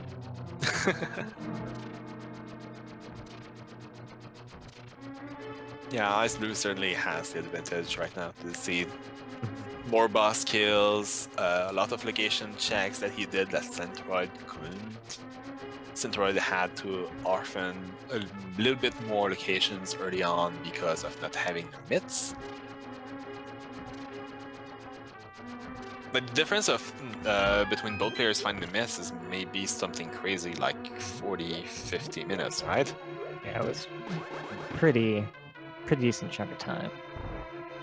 Let's hope that Centroid doesn't actually flood the small key. Looks like he's not going to. I believe he might have. Maybe he, because he killed Argus. Oh, Pet is dead. Pet just died. Rip. GG, thanks for playing. Yeah, I think he skipped the left side first, so... Yeah, which is actually also, once again, good routing. Because now he can actually do... Oh, he's not thinking of that. I think he doesn't realize I have both red crystals so I can do Fast Fairy. Because the play right now would actually be to go to Dark World, get the bomb to the pyramid, bomb it up, get the Fast Fairy items, and then you mirror out from the pyramid into Castle Tower, and you get both chests. And to be fair, that is a sequence that you usually don't think about, because it rarely comes up, at least in a normal randomizer, but in Keysanity, in normal randomizer, it's useless. Since at that point, if you have Dark World access, you will completely bar Aga Tower from your mind. It's a place that doesn't exist anymore. It's useless. Unless you're playing all dungeons, but still. That's another very niche things. But in Keysanity, it happens here and there that the location ends up really mattering. And actually, xIceblue finding his silvers, so his Vitreous fights and other things are going to be much faster. If an important item like Ether or the flute ends up being in that very chest in this dark maze, then it's just a massive lead that he's going to pick. Oh, the shovel! Oh boy. Oh, that is beautiful. So now he's going to just go turn that in, I believe. At this point, he wants to know if that... Yeah, he's switching right away to the shovel. He wants to know if that play is paying off. It's a long chain of side quests. Oh, I'm excited. Because we're still missing so many big dungeon items. Come on, Vanilla Flip. vanilla flute, that'd be beautiful. And we get... we don't even get which compass it was. Oh. Probably Gen's tower. But yeah, he's making a lot of these checks, and the two things I can think of that he can do right now is Fat Fairy and actually dipping Ice Palace. There will come a point where he's going to have to stop getting cold feet about it and actually get into the cold dungeon. Cold feet. I wasn't Ice thinking of that, and then I Palace. said it just happened to fit, so I went with it. Oh boy. Oh, I he's going apologize. for it. Awesome. His feet are sufficiently warm now. Especially would if he be, finds some footwear. Yeah. It would be funny if the Ice Palace Big Key was actually at Pyramid Fairy. Or if it's the third big key that we find this seed that is actually in this vanilla dungeon. Oh man. It's entirely possible. It's entirely possible. He actually delayed pod for a long time because of that. So he might have also delayed Ice Palace for a very long time because of that and hit the same wall. But yeah, if he were to delay that location that much, but also do Agate Tower, then I have to believe that he actually doesn't realize that he has low threat crystals and can do Fat Fairy, right? That would make sense to me. Because otherwise, with everything he's done before, and even like doing things, going as far as to go to Tower Hera just to check that single location and make all the side quest chain, Yeah, I believe you do Fat Fairy, right? I would definitely do Fat Fairy, yeah, definitely. So it's entirely possible he's just not thinking about it or noticed. Yeah. That might stump him for a little while. Which is a thing that I used to not do either. Like, I was not really diligent into marking which crystals ended up being red ones. So sometimes you can get stumped because you forget that element. And sometimes when you get bit, you just wander around a lot, wondering, what did I do? What is my mistake? And you take a nice long look at your menu, and eventually your eyes wander over to the right side, and you're like, oh.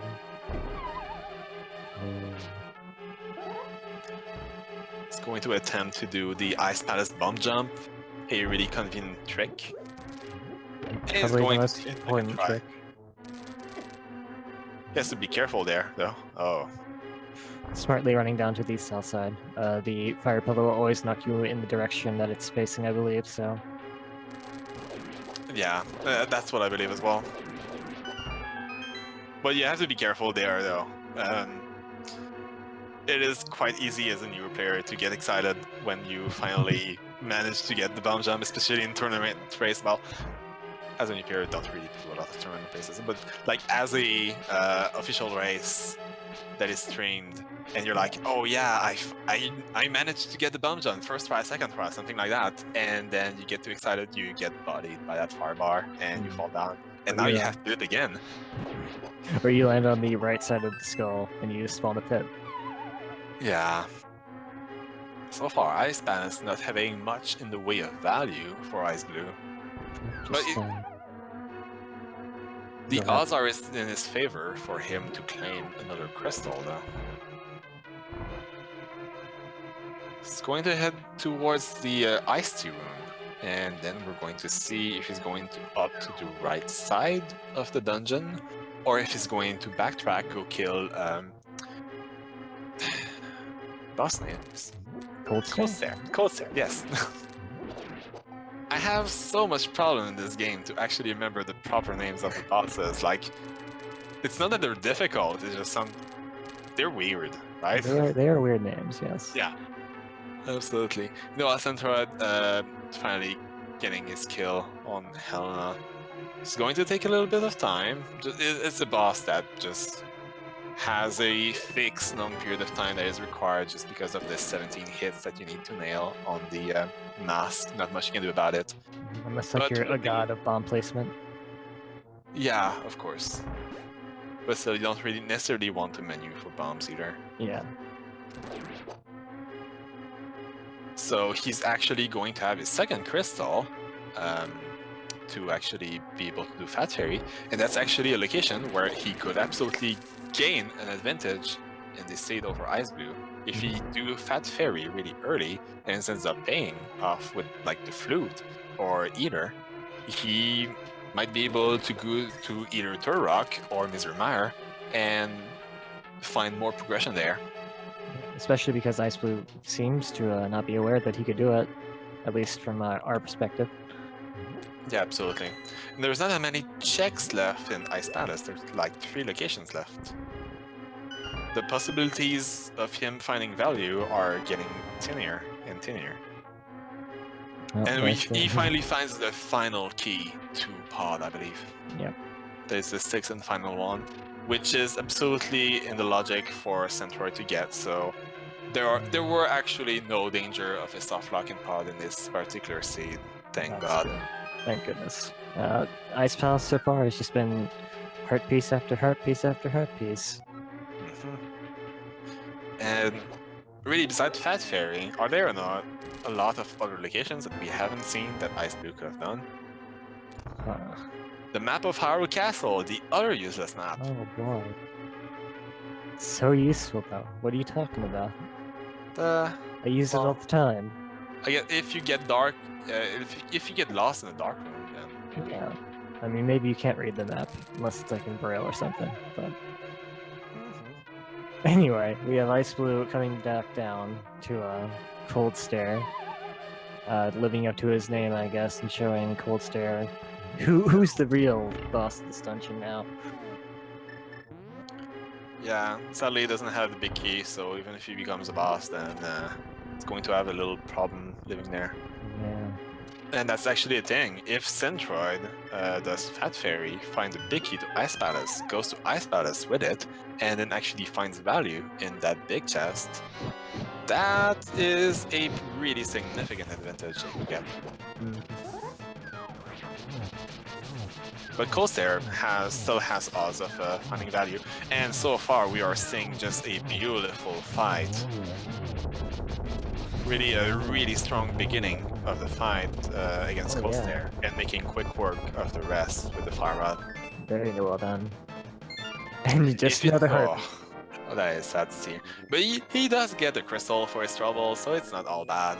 If that big chest ends up not being relevant, then the only way he could have done all of this quicker is if he got to go mode a dungeon. But it's really difficult. Like, you never really expect to be finally able to go mode the dungeon in Keysanity. It's quite rare. Yeah.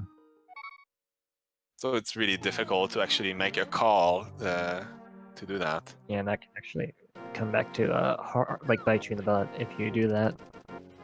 Yeah, it's simply not worth it. Oh yeah, and Centroid gets his big key to Swamp Palace in the big chest of Tower Hera. So that chest could absolutely contain value, and both players are going to get it. Speaking of that chest, it's either that chest or Fat Fairy is going to go. Oh, it's going that chest. Huh, this is very interesting. Doing that before Fat Fairy really to me is get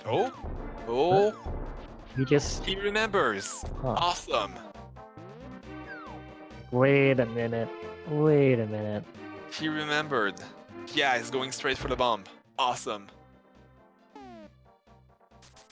I hate to see a player just like forget a thing that he can do and just wander around doing really fringe checks. That's always really painful to see. Yeah, absolutely.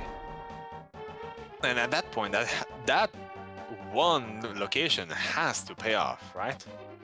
Maybe. Is that or the big chest swamp? I'm still calling Ether and Big Chest and Swamp. Because I'm a bad person. I'm a bad person. But anyway, we'll see. What if I join you in being a terrible person and I call a flute in that same chest? Well then, I guess it will even out and become normal people that way. If all of us are bad, then we're all normal. Yeah, exactly. Meanwhile, Centroid getting a quite nice kill on the first attempt against Mordor. Oh, King of Burna and a big key to Desert Ooh. Palace. So progression was absolutely in Fat Fairy. And Very xIceblue can go interesting. claim a crystal and an extra item location off of Desert. That is very interesting. Blue Cane, not as exciting, unfortunately, but The blue cane doesn't matter anymore since we've found the cape. We found the cape. We already did most locations that where King of Burna would be convenient. yep, unfortunate. One of my favorite items, personally, but It appears that xIceblue is taking the opportunity that he's nearby in the area to finish his checks of pod, which you may as well do that. yeah, he's been pretty good about checking these one-offs or two-offs or he's left behind, just so he doesn't get trolled by them. Almost going honestly, for these this on seeds- big chest. At this point, we're still missing like so many critical items for dungeon access that you can't be stringing on those. It might actually be required. That's Yeah, absolutely it's true. not now an hour and 40 minutes in the seed, and we have no bow and no boots and no flute, and we cannot enter Third Rock. Usually, Keysanity seeds are quite nice item-wise, and it's really the keys that troll you. And here we can see the absolute opposite. Yes. The Swamp Palace small key was in a very convenient location, for example. Yeah, and it turns out that the last location that he couldn't check in pod earlier just ended up being a shield upgrade, which at this point is not really important to him. Yeah, the red shield stops being relevant when you get rid of it, I feel. Yeah, it's Or any number of basically parts. it's nice when you can kill blind early with it, so it mitigates a lot of damage. Nice xIceblue actually making the play to go to desert, which is the correct one. He's going to have to go there anyway, right? Yeah, He definitely knows agree he's with going to gain value there, and his choices is that or the big chest of Swan Palace. So, like, even if it turns out that he finds the flute in the big chest of Swamp, he's not going to save much time. that. Yeah. I mean, the only real time you would save is coming here from Dark World and mirroring up there, which is not that big of a deal. Yeah, absolutely. This is definitely the safer option. And like he gets closer to completing this seed thanks to getting one more crystal, putting him at 4. Mm-hmm. Well, he's really lucky he found that small key to desert. Oh, absolutely. That key could have trolled him for a very long time. Though, not that much trolling since it's been like really diligent into making all these orphan checks. And the seed is absolutely forcing him to. There are still 3 dungeons that he cannot do the main section of / enter. Oh, And he finds the boots. well, So that's one way into small key progression. Those boots actually enable him to do Bunk Rocks and the Graveyard Cave, which are 2 more locations where more progression could be. Mm-hmm. Ooh, And he gets the final small key to Turok. He has all 4 and the big key. So as soon as Turok opens up, he can full clear it. It would be difficult to not decide to make that play. Very much so. You've got everything for it. Mm-hmm. And there's Mimic Cave there as well. So, like, say either right there gives the flute, then he goes straight to full clear Misery Mire. If it turns out to give either, he goes straight to full clear Turok. Mm-hmm. It's clear as day as soon as you find one of these items. Oh. No, Centroid on his way to go kill Muffler. Getting his green pendant is going to be able to turn in much later when it goes back in the area of pod if he wants to full clear. Which I believe that he has 1 chest left in that dungeon. speak of the devil in the terms of boots, they were bound to turn in eventually, right? Eventually. It's 1 hour 40. No boots would have been surprising. And Centroid making his aghanim check. Aghanim check. What am I saying? The pet check.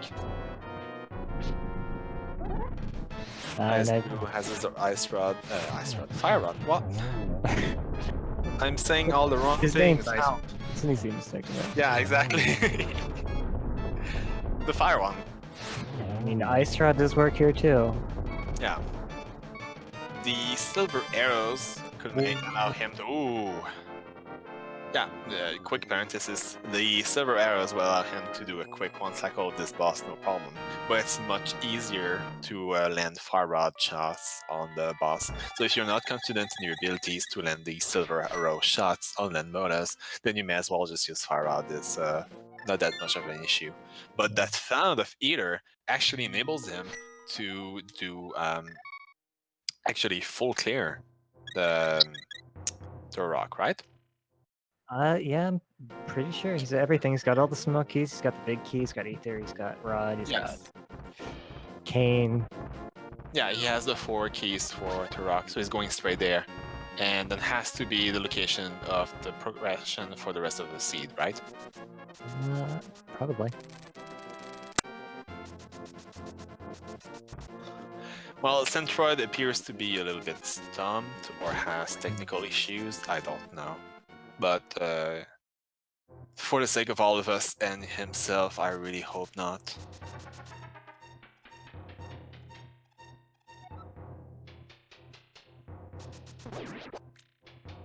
Looks like he had to be right back real quick, according to the IRC chat. Or was that before? Alright, oh yeah, movement's back. Okay. Sometimes real life hits you, and tournament race or not, you actually have emergencies you need to deal with. It's perfectly understandable. But here we go, Turtle Rock. If he can get in the warp. There he goes. So there's still one dungeon that we do not know if it's a pennant or not. The flute could absolutely not be required if it turns out that the third pennant is in Mizranar. That's very, very true. Turok could be the third pennant right now. We just simply don't know. So basically...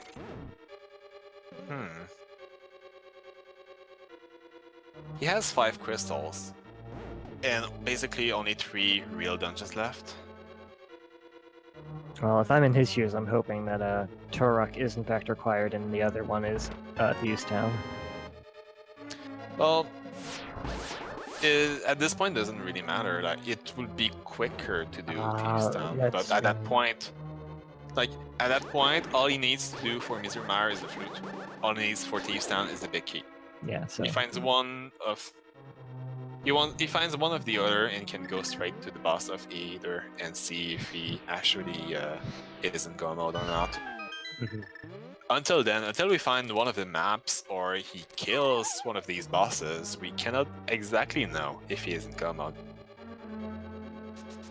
Oh, Centroid on their multi fight's got to be careful. Does he have safety? Oh! Doesn't matter. Safety is a dead Mafia. The fact that he went for that hammer hit indicates to me that he didn't have a safety. But that hammer hit was just perfect and beautiful, and I feel so happy for him. Meanwhile, guess what xIceblue just found?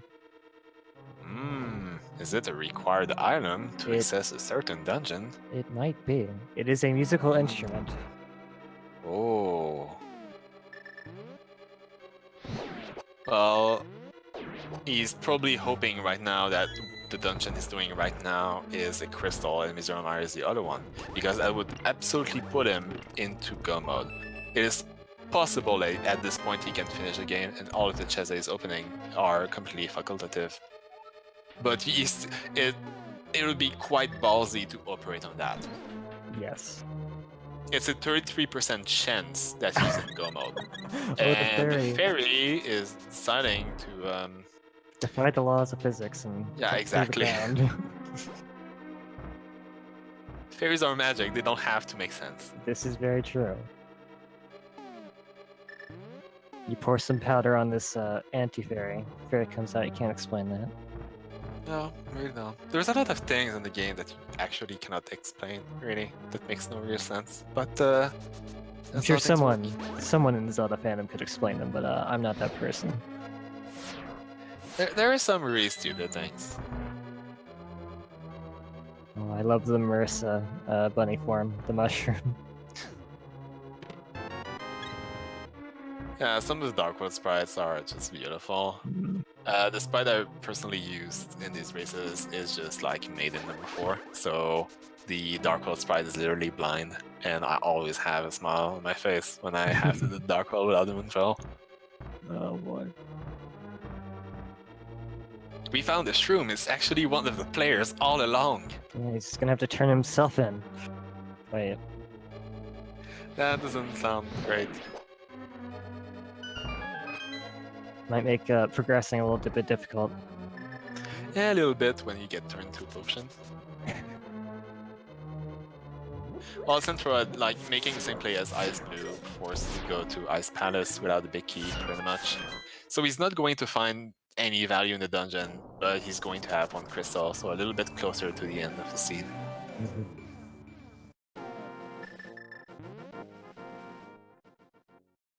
He's making a little detour to actually check the Mimic Cave. Yep. Not gambling on that 33% chance that he can finish the seed. Yeah, that's well, especially when you're right here. There's like no reason to skip those. Yeah, the odds are too low. And he actually finds the big key to Thief's Town. Oh boy. So his odds of being able to finishing the seed are now 100%. He is in go mode, confirmed. Well, there is one. If Bombos is. If Bombos is right for Mar, no, it's not. Is it not? Oh. No, we don't know. We don't know. Yeah, we don't actually know. Yeah, Bombos Bombos could is be left. in the swamp big chest. No. Yes. Yeah. Yes. Ooh. Oh boy.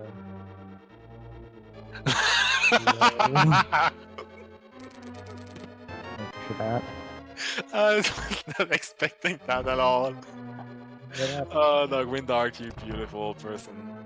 Just a quick remember, Darkwing Dark is our restreamer, allowing us to actually commentate this game right now. And I want to give an extra shout out to our beautiful tracker here, Kakariko, that's doing an amazing job for us right now. Was that Dawning, or is that xIceblue? Oh, was it xIceblue? Oh. I'm not sure. It was so... I know. It was so out of nowhere that I assumed it was a restreamer, but yeah, I suppose that as a restreamer doing something like that would be quite unprofessional, but it was hilarious either way. Yeah, that was xIceblue, yeah. Anyway, making his way to Laser Bridge. So at this point, it's really just hoping for Bombos to have a 100% chance of knowing his gun mode. But right now, he has already 66% chance of being done with opening chest. There's Smoky Skullwoods, once again, not very important. The Speedo. Real annoying.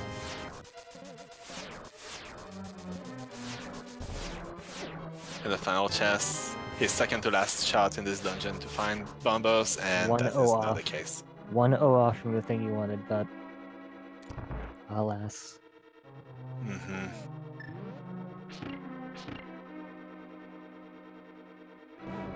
Well, thankfully he has half magic for this try next fight. Yeah, he still only has a Master Sword.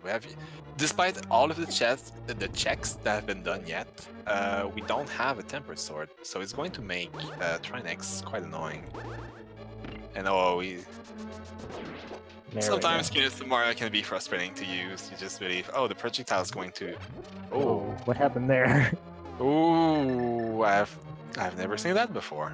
That was weird. Is xIceblue's game exploding? I have no idea. Did the quadratic formula explode? Maybe that was like a fireball from Trinex, trying to snipe him from a mile away. Oh, he's like Bowser in the Yeah. original Super Mario. Just see the fireballs come. He's actually going to employ Hammer Strats against Trinex, which you may as well. But he has half magic, so it's really down to his confidence of being able to get a lot of hits on Trinex with either rods. Yeah, in the end, he decides that the hammer is not really worth it, so he's just going to go play straight. With half magic, you may as well, really. Yeah, I agree. And we see the last phase of the boss. A really weird thing about this boss is that in the first phase, when he moves in a straight line, you can actually damage him by hitting his head. There's no real indication that it would harm him, and he never comes back to that mode, but for some reason it works. It's very weird. Yeah. If you have the butter sword, you can actually straight up murder him and hit him 3 times on his head before he actually moves on to his real phase. We can do that with tempered sword as well. And he does not end up finding his bombos in dungeon, but he did find in Mimic Cave his big key to Thieves Town. Got a choice to make now. And he did find his flute. So the last 2 dungeons that he acquired can be dabbled around. And just having the flute allows him to check the Mire Shed and also Checkerboard Cave. So it's more really quick locations. No, started at Link's house. He's got to activate that flute first, unfortunately. Yeah, he is forced to. And at the same time, while activating the flute, he may as well just do Thieves Town, right? Go to the pole, you go to Dark World, you go to where the entrance is, you mirror out, activate flute, go back in the pole, and you do Thieves Town. Yeah, that makes sense. I mean, Mire versus Thieves Town, it's just the same thing, pretty much. It's quite the same. It's just you avoid some backtrack, but at this point it's a 50-50. It's a 50-50 that he actually gets his last crystal in either dungeon, right? Right. But he knows for a fact that he can kill blind. He doesn't know that he can enter or not Mire. Right, and if Bombos is here... Yeah, he will be forced. Yeah. So yeah, that makes a lot of sense. And that's exactly what he's doing. Just going Dark World, leaving the pole behind, activating his flute, and since he has set up, he's just going to hop back in and go Thieves Town and finish. And if he finds 7 crystal, then all he has left to do is the Ascent of Gan's Tower is going to finish with a pretty good time for the seed. It really depends on if the crystal is in Mizramar or not, and if it takes him a while to find Bombos. We can hope, but quite unlikely. Yeah. No, I'm really confident in his abilities to perform the rest of the seed flawlessly. Alright, Centroid taking down a Cold Stare. Yeah, claiming his 4th crystal. Yep. Sadly, he's not finding any value in that dungeon, but like as we said at the beginning of it, it's still a thing that he will have to do. And he did execute that Cold Stare fight really well anyway. So Nine might be wondering, okay, where do I go from here?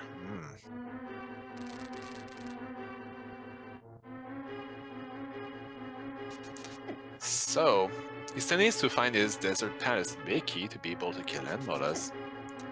And he absolutely need to find Eater to be able to go Turok. But for that he needs to go Desert, and the Desert big key was where again? Where was it? I forgot. That was was it Pyramid Fairy? I believe it. No. Yes, it was Pyramid Fair. Yeah. Which is a place that he can do, and he's forgetting. He's turning in his green pennant right now, I believe.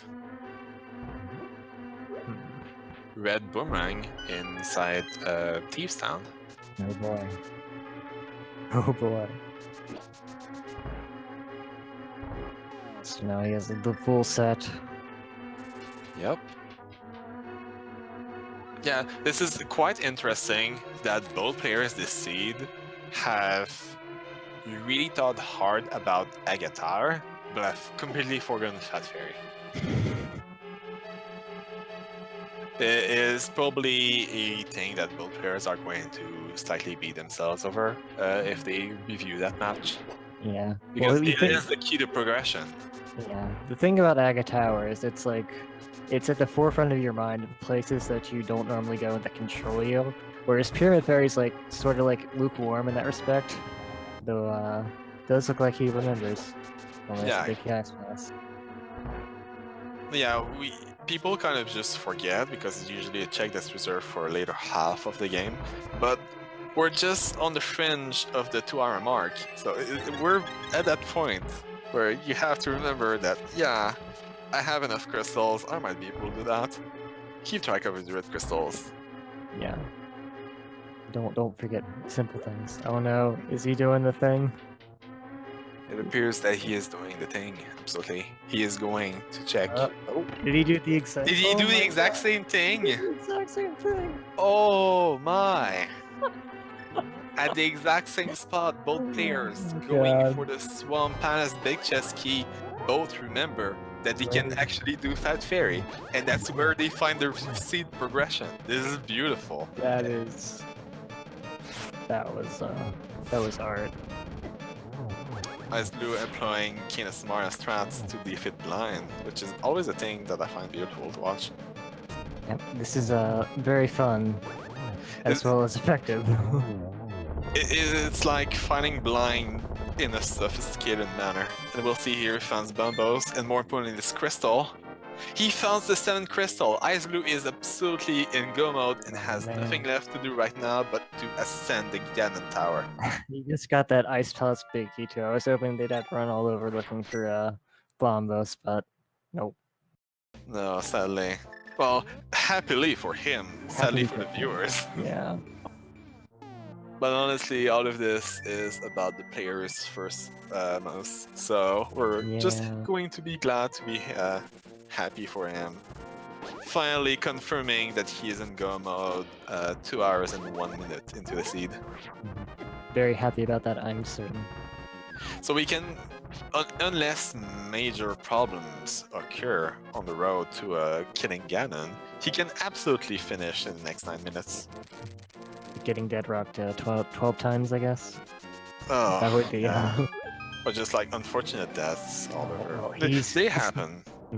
He's not taking the chance. He's going from the bottom warp to Dark World, which is a little less efficient time-wise, but there are no dead rocks. Yeah, exactly. Dark World does not have dead rocks somehow.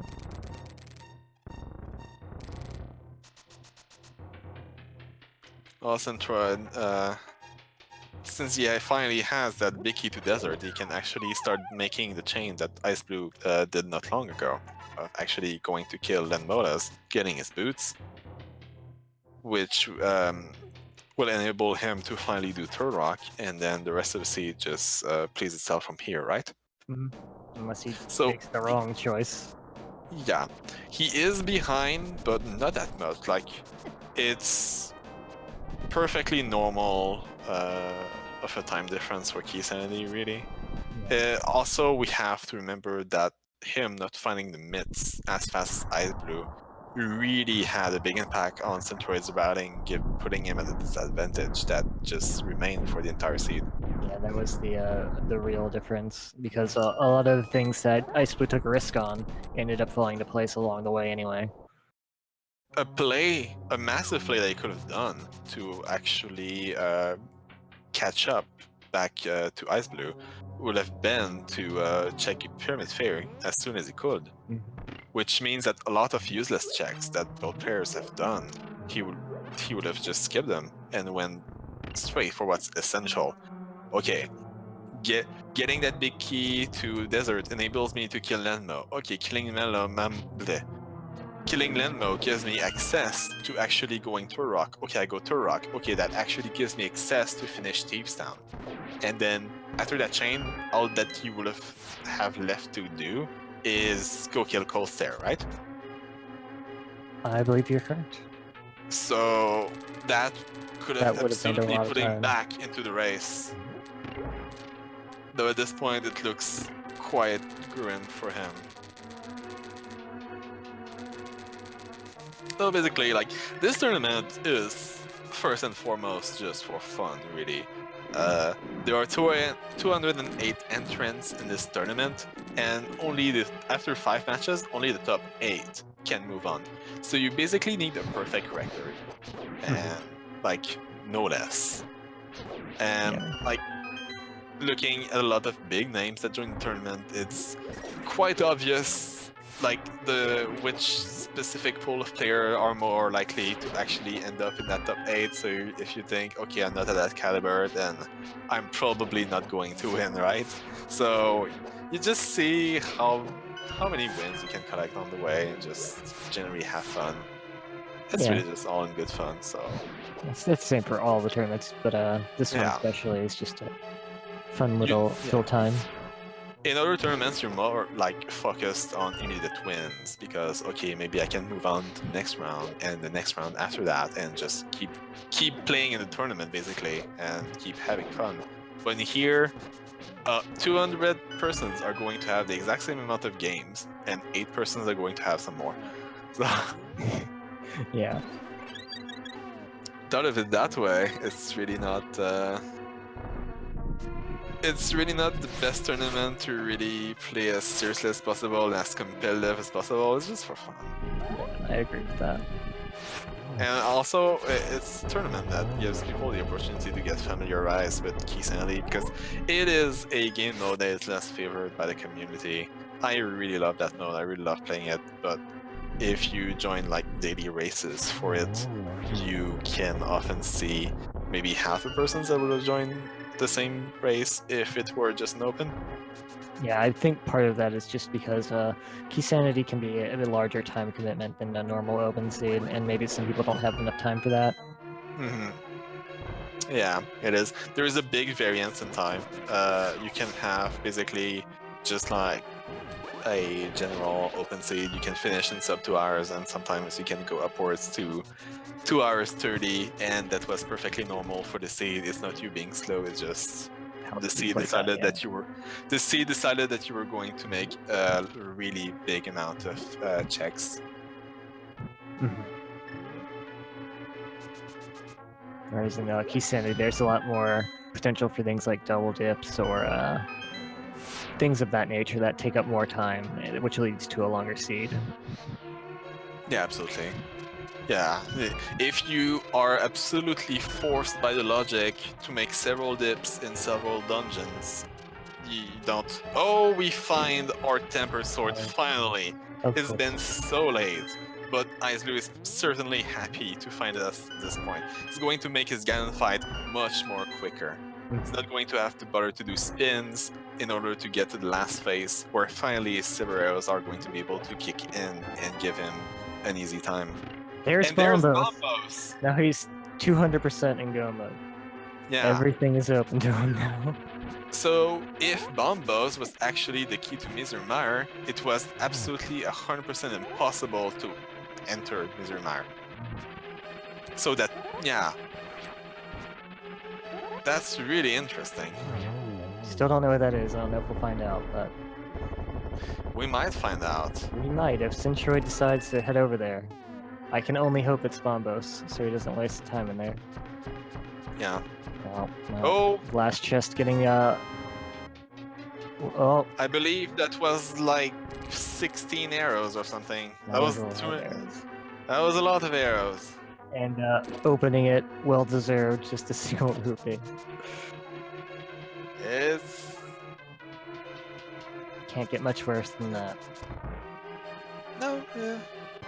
I like opening it, just because sometimes it upsets people, but still. It's Butter Sword, I mean, it could still be useful. At that point, if you're quite a good player, it's not that much of a time save. If you know how to actually one-cycle the first few phases of Ganon, then it's not a time save at all. So you don't really worry about it. Tempered Sword's only... it's pretty much just the ideal sword. If you don't have Tempered, if you only have Master Sword and you don't have Silvers, then yeah, you may as well open the chest on the way to GT. I definitely agree with that. On the way to Aghanim, I mean. Because if you don't find one of these items and you open and do, then that's a considerable time save that they get on you. And those chests along the way do not take much time at all to check, so No, it's a matter of worth it. seconds. And it's really rare that you do lose a race by seconds, especially in like 1v1s. I have you seen it happen, but it's You can very, lose. very rare. Yeah, you can lose some positions in big races due to that, but it's rare.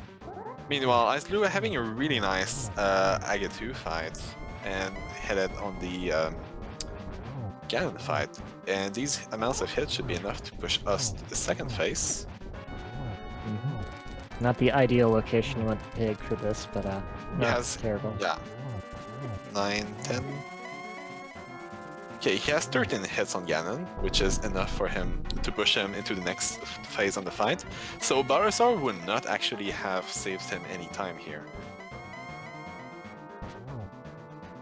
Probably would have lost time, because I think it's actually lag here in different sword. Yeah. But it's golden. Ooh, it's pretty. It's golden. Everyone likes gold. Everybody.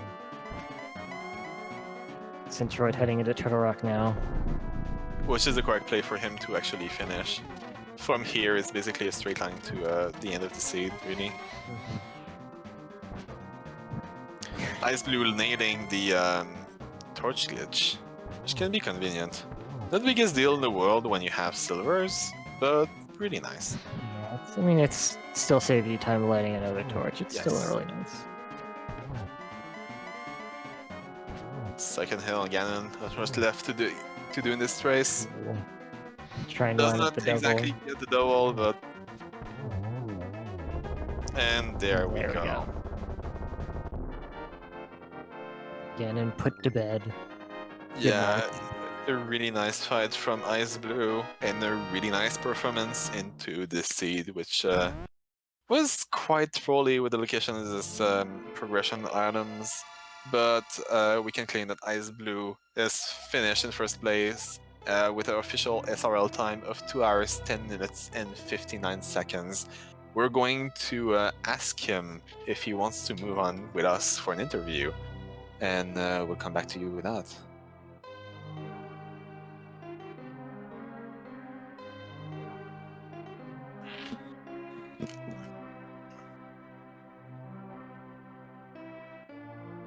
Alright, we are about to pull him in here.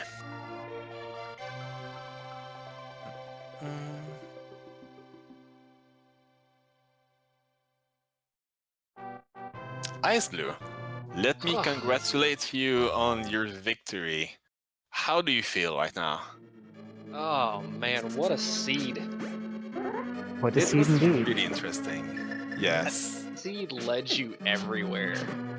Oh, absolutely. Though, that seed had the potential to be a lot more easier and linear if both of you did not forget Fat Fairy when you could have accessed it. How do you feel about that one? I honestly wasn't thinking about it. I thought finding the Titan's mitts pretty early after diving desert, pretty early after getting the book and getting the flippers, and then finding mitts on the ledge, I was like, oh, that's great. Yeah, that was actually one of the major elements that gave you a huge advantage in this race. Your opponent found the flippers into desert maybe 45 minutes after you, because there would never were an incentive to really go there when you guys never find the big key or the small key to Desert Palace. So he basically went there when he ran out of other options and finally found his mitts. So he had to double dip a lot of other locales. Oh wow. Something else interesting. Both of you looked like you were going to Swamp Palace to check the big chest, and then turned around and checked the Fat Fairy. Yes, at the same location. Yeah, I was like, all right. I was like, I don't know where it is. And then like I pressed start and I was like, let me pull out the mirror. And then I looked and I was like, wait, there's 2 red crystals. I was like, what am I doing? Exactly. Yeah. I found it really funny that both of you diligently did not forget Aga Tower checks, but completely forgot Fat Fairy. I found it really ironic.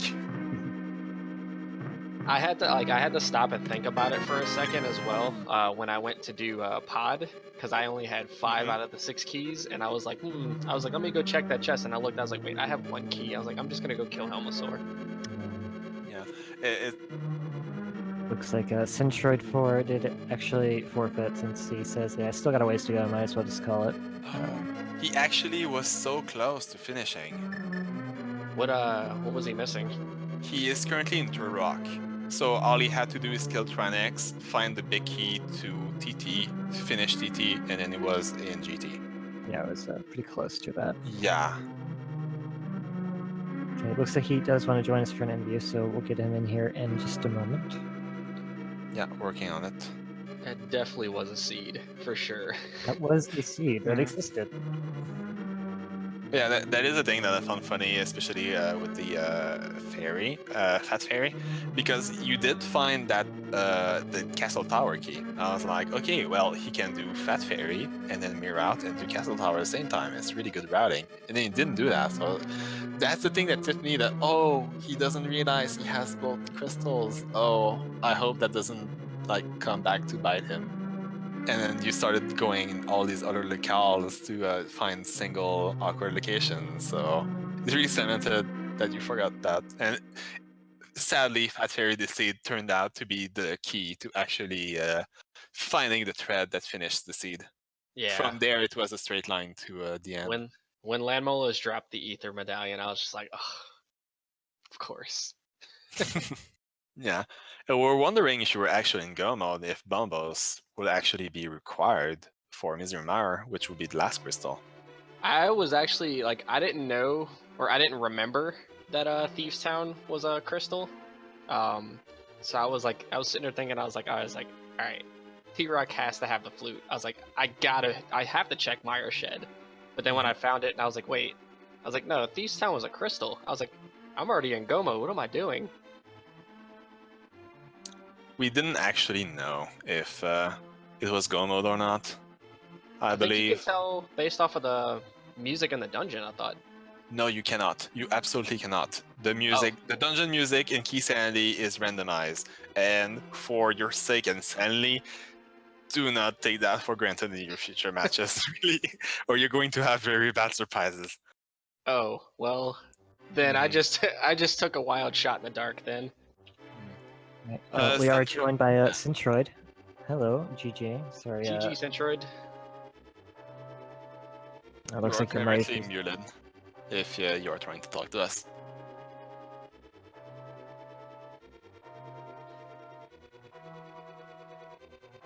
I'm trying to communicate with him on the RC. He claims that Discord won't let him unmute. Are you sure that you have a communications device selected in your Discord settings? Or you might actually have to completely restart Discord. Okay, we'll get him back in here for you guys in just a moment. Yeah, in the meantime, xIceblue, are there moments in the seed, besides the flippers into finding the early mids play, that you personally really felt good about? There are moments that you're like, oh yeah, I'm doing a really good routing, I'm really happy about this. Well, as I was like finding all the progression stuff, like leading from Pod over to Ice Palace, and Ice Palace giving me the crystal I need to no, was it Pod that gave me the crystal I needed to do Fat Yeah, Fairy? it was Pod. The Fat Fairy crystals were Pod and Swamp.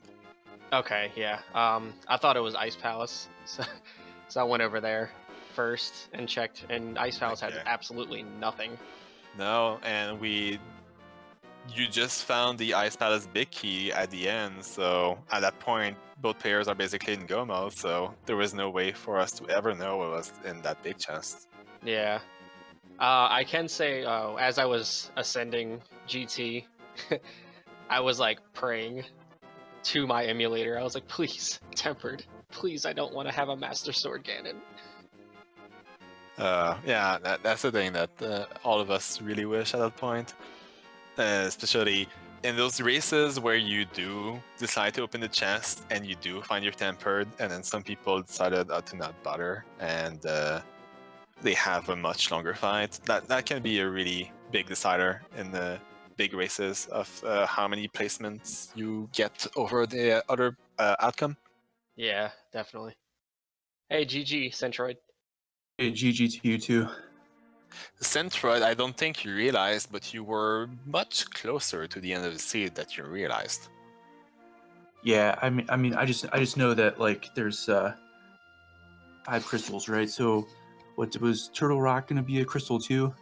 Yes. Turtle Rock was absolutely a crystal, and inside Turtle Rock was the big key to Thieves Town, which was the last crystal. Oh, see, You I got weren't that far away from the end. all that flute, and my first thought was like that. So, Mhm. If I you mean, I don't kept know. I going, might play. you I would have might been play. done in time in 15 or 20 minutes for sure. Probably. If you decided to dip into Thieves Town when you activated your flute, yeah, for sure. But hey, what are your thoughts on that seed? It was too terrible. It was for a while, so I had to do a bunch of dark rooms and stuff, and I don't know. Like I think I got confused a bunch of times. So I don't know if you saw me like go one way and be like, "Where am I going?" and turn around and try to go somewhere else. But Yeah, we saw that for it was- Fat Fairy, and your opponent did the exact same mistake. He Literally actually- the exact same Mhm. thing. Both of you forgot about Fat Fairy for a long time and decided to make the play to go to the Salmon Palace Big Chest, and at the same spot you both turned around and decided to do Fat Fairy, which actually was the key area on the path to finishing the seed. Enabling Desert, which enables Stir Rock, which enables Thieves Town, and all of these were the last 3 crystals. Flippers again. The flippers were in the only chest in Desert, which is openable without any key or boots. Those dip required on desert then. Yeah, absolutely. And honestly, that one element, I dare say, is the one thing that decided the whole race. Because your opponent, xIceblue, actually gambled and went to do the desert checks really early. And he found these flippers into the midst maybe at least 40 minutes before you. So Oh, I all of see. his Dark World routing and Death Mountain routing was pretty much flawless, not having to dip and revisit locations a lot of times. So honestly, I believe that that was the big element that decided things, which is really it's a troll thing. No one wants to go to desert for basically, like it's basically 3 checks if you count the ledge and Agnes Cave, but it's not nice. The sad thing for his sake is that we never actually got a small key for desert or the big key to desert, which would have been an incentive to actually go there earlier. So Yeah. Right, the flippers were in that like the room with the torches and the like green yes, Igors. it's Oh, the first chest that you open desert normally. hey, see now that we look back at it, it's just like, man, this makes a lot of sense, right? Go get the flippers, go get the Titan Smiths, and then everything just falls into place, right? Like, Yeah, which is what your opponent actually benefited from, which you didn't. So his navigation through the sea just had a massive advantage, and that was the element I feel that decided things. If you both went for that play, this seed, you would have been over right now. You would have been so close from each other at the end. Yeah. At the same time, you did get the mitts or the power glove and the hammer and moon pearl early, so I can sort of understand why you would avoid desert for a while. All 3 of us had all 2 of us had all 3 items required for Darkwood access 9 minutes into the seed. Yeah. In Keysanity, that's quite impressive. And like the world was open. You can do the escape, you can dip eastern, you can do some checks in Death Mountain, you can go check a Hype Cave, Catfish Pyramid, go dip Swamp Palace, go Thieves Town, all the other overworld checks. Like you had so many directions to go through. No one can blame anyone for not deciding to check the 3 locations in Desert. I think the book was the deciding factor of me going to do that check. Yeah, the book was a big element following the logic there. And like the book logic of the book led to finding the flippers. Logic of the flippers led to finding the myths, and then the myths opened up everything else. So that was a good logic grid. Yeah. I'm sorry. Where was the book again? The book was in not Hype Cave, Minimum Cave. Oh right. Okay. You found it at the same time as Pearl, if I remember correctly. Or like, Yeah, there's a lot of stuff in there. yeah. Yeah, it was So like maybe Pearl, gloves and book, I believe. Gloves Yeah. were on Uncle. I think it was a bottle. yeah, gloves were on Honko. Oh, yeah, it You was, found a red red. potion. Red potion, Yeah. that was right. Absolutely.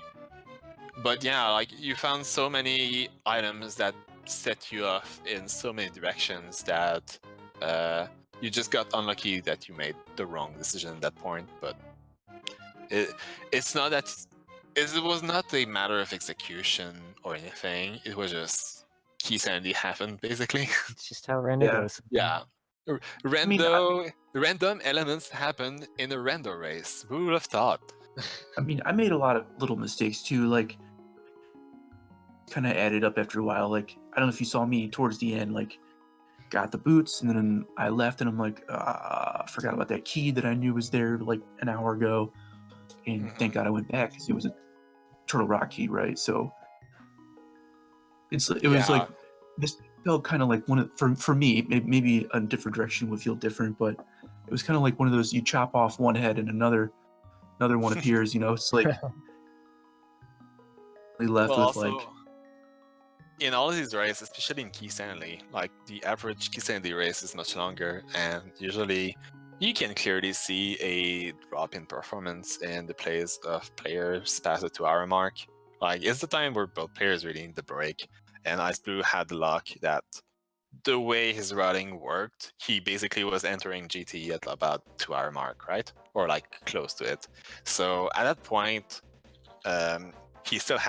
he basically gets the adrenaline rush that enables him to stay focused and actually finish the race. Meanwhile, you still had so many more things to do. They just feel kind of a slog, and you feel the tiredness kind of kick in, and you accumulate the mistakes. So really, like, the human element of fatigue is certainly a thing to not forget in Keysanity. Yeah. Hey, xIceblue, what sword did you finish with? Tempered, because I checked some chests at the very top of GT and ended up finding tempered. Yes.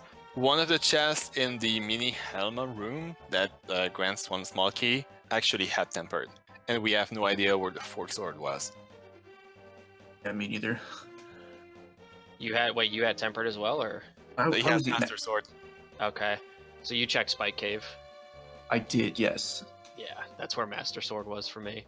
I did. Yeah, I think I had that Master Sword at like 3 or 4 crystals in, so I did Swamp Palace with a fighter.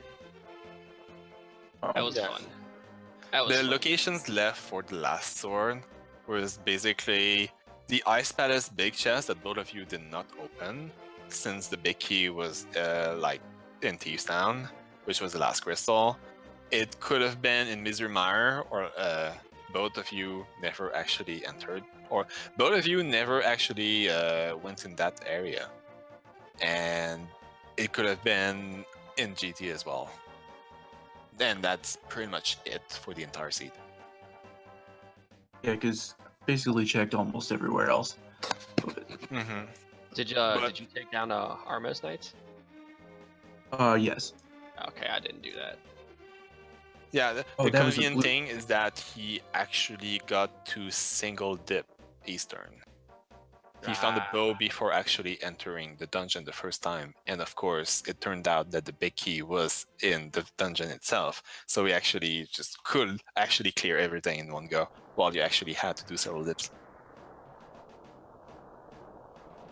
But honestly, both of you had a really good performance. It's a shame that you didn't finish Centroid, but really you were so close to your go mode. It was just burning on your lips, and yeah, like, don't feel ashamed from that at all. Everyone was impressed by your performance. This seed Oh, was thank you. not to be taken lightly for sure. No, I had to stop kind of frequently and think. I'm like, all right, where do I go? Where do I go? And then, like you said, you saw it before, like when I was running down to go check Big Chest and Swamp, and decided to go check Bat Berry because I realized I had Crystals 5 and 6. Yeah, and like really, both of you did really good plays. Speaking of good plays, Centroid, was there a point in the seed that you really felt good about your routing, or like a decision that you made, a gamble that really paid off? What was a moment that you really felt nice? Yeah, getting that Master Sword for sure was very, very, very helpful. I mean, so I Yeah. guess I'm kind of glad that I did that dark, up the mountain to get that, because the lamp was in Swamp, so the seed wanted you to Yes. go to Swamp first, and then beat that with Absolutely. Fire Sword. That's actually what I did. I went to Swamp first, and then when I found the lamp, I was like, all right, well, because I was gonna actually just do Dark Room up Death Mountain and go explore after Swamp. But when I found the lamp, I was like, okay, so it's just telling me to go there now. Yeah, and turned out to actually be the case. But really, congratulations with both of you guys. You should be proud of your performance.